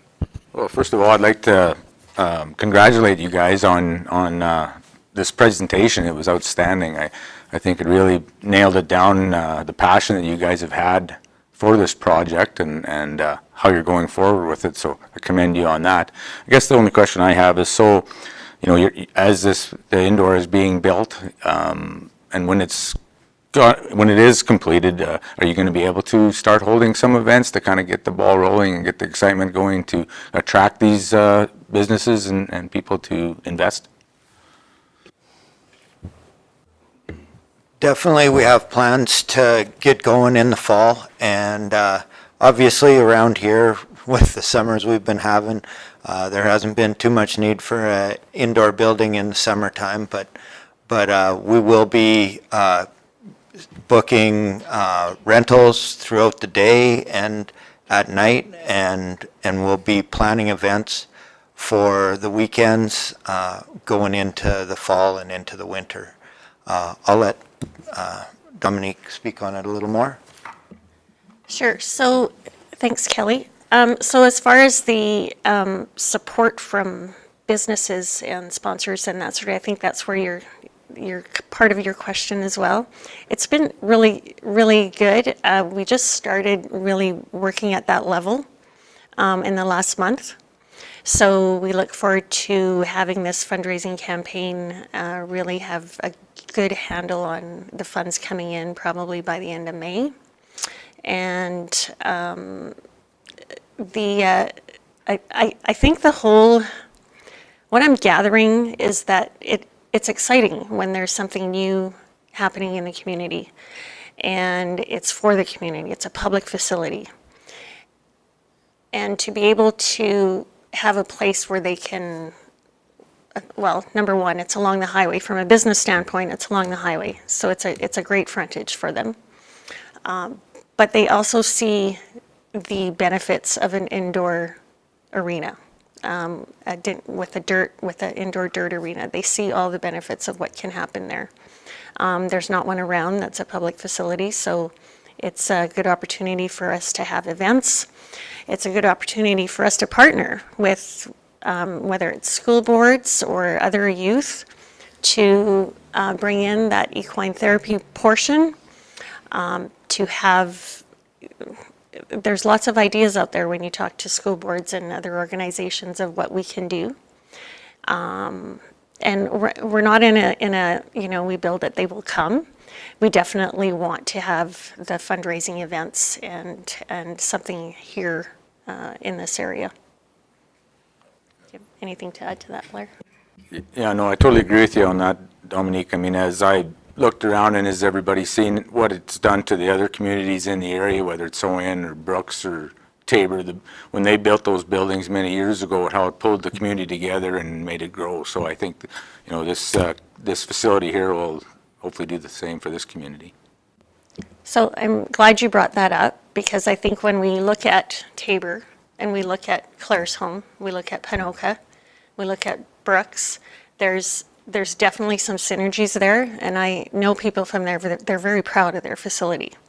I've been into the Tabor one, there's a community space there, and then you just go into the arena there. So our focus is the indoor building right now and getting that fully functional, and then adding that community space down the road, adding the stables down the road as well.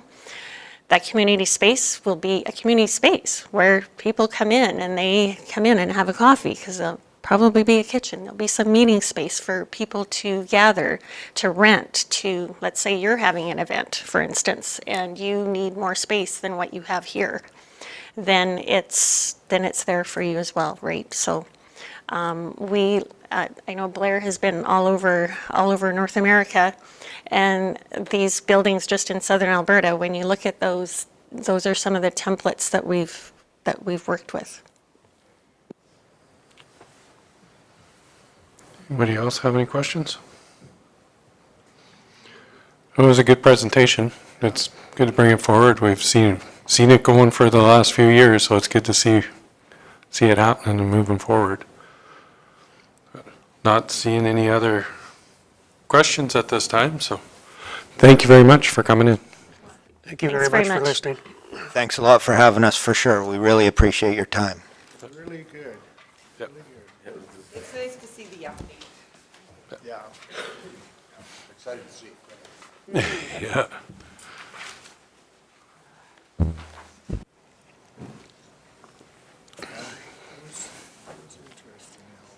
Yep. They got some great people in place now, eh? I think they did.